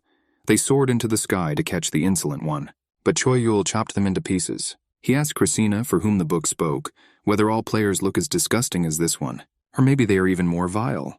Krasina replied that of course not. They differ both externally and internally. Everyone has their own cards and strategy. Are there devourers who are stronger than this? If other players were at the same level as this one, everything would be much easier, Choi Yul thought. Because this city eater doesn't last the game. Choi Yul now had a chi control sword, a skill that allowed him to wield weapons from a distance. And although the devourer fought desperately and called on the storm, nothing could stop Choi Yul. His weapon scattered fire and wind. The city eater had many weapons, but he tried to keep his distance from Choi Yul. The guy realized that the monster was avoiding close combat. The monster called for a barrage, fire from all sides. Choi Yul saw that the devourer was using area attacks against such a small target. He has no experience in one-on-one combat. He is just an arrogant player throwing away powerful cards. Choi Yul used the free travel ticket and ended up near the monster. Krasina advised him that the guy should approach the devourer slowly, causing fear in him from just your silhouette, and this will make him use his cards even more recklessly. Choi Yul summoned 2 more legendary swords to his aid. Countless attacks without strategy and tactics are meaningless. Choi Yul threw a fireball at the enemy. The sword chain lightning struck the devourer, and it burst into flames. Choi Yul tossed a legendary class weather-changing orb into his hands. Sword Jupiter was ready to attack, and now let the monster tremble with fear. The sword swooped down on the City Eater. Thunder God's fury, Jupiter's innate skill, instantly released the accumulated thunder attribute elements. A fiery shaft rose from the ground to the sky, but even after such blows the giant was still alive. But he no longer posed a danger. Choi Yul wanted to know more about the devourer, but now the main thing was to revive everyone. He pierced the monster with his sword. The sword completely went into the devourer's body, which surprised Choi Yul. The voice of the demon from the book said that the guy had better step aside. He was still needed. The monster began to change. A sphere formed in its place, which cracked and fell apart. Krasina came out and said that he had not breathed air for 1,000 years. It easily absorbed the City Eater. Choi Yul demanded that the demon do what he promised. The demon folded his hands and they filled with red mist. The waves of energy forced Choi Yul to stand stronger on his feet to hold them back. But his city stood on the pedestal again, but it was completely empty. Choi Yul made a claim against the demon. Krasina replied that the guy was very impatient. One absorbed City Eater was only enough for this. If Choi Yul wants to revive all people, then they need more City Eaters and more power. Choi Yul accused the Demon King of cheating. Even if the Devourer's powers are no longer there, Krasina himself still has powers. The demon began to explain that the points that residents use become experience points for the city, and they increase the level of the city itself. In this whole process, players receive something like money, and with this money they buy cards. This is how game resources are processed, and how players create different strategies and maps. The glasses Choi Yul used did not become the city's experience. Where did they go? The demon laughed. It is obvious. He almost admired Choi Yul. The guy had eyes that could see through the despair and death of the city, even while fighting an absolute being. As he correctly guessed, the demon had power, but the time had not yet come to use it. And let the guy not look at him with such contempt. His promise, like destiny, will be fully realized. For now, let Choi Yul take a look at what the game actually looks like. He lifted the guy up and he saw a lot of city chips and hands of different shapes above them. Everything that the game allows him to see exists, and everything that he does not need to see does not exist. Just like this, and Choi Yul saw a shapeless, toothy monster. Krasina said that he needed 3 more bodies of the City Eaters, and if Choi Yul kills all 3, then the demon will return the inhabitants of the city, as promised. Choi Yul attacked the monster. The 8th city will be able to return to the game. Krasina thoughtfully tossed the cube. This is the body of a new player, like Krasina's pawn. The cube flew into the air.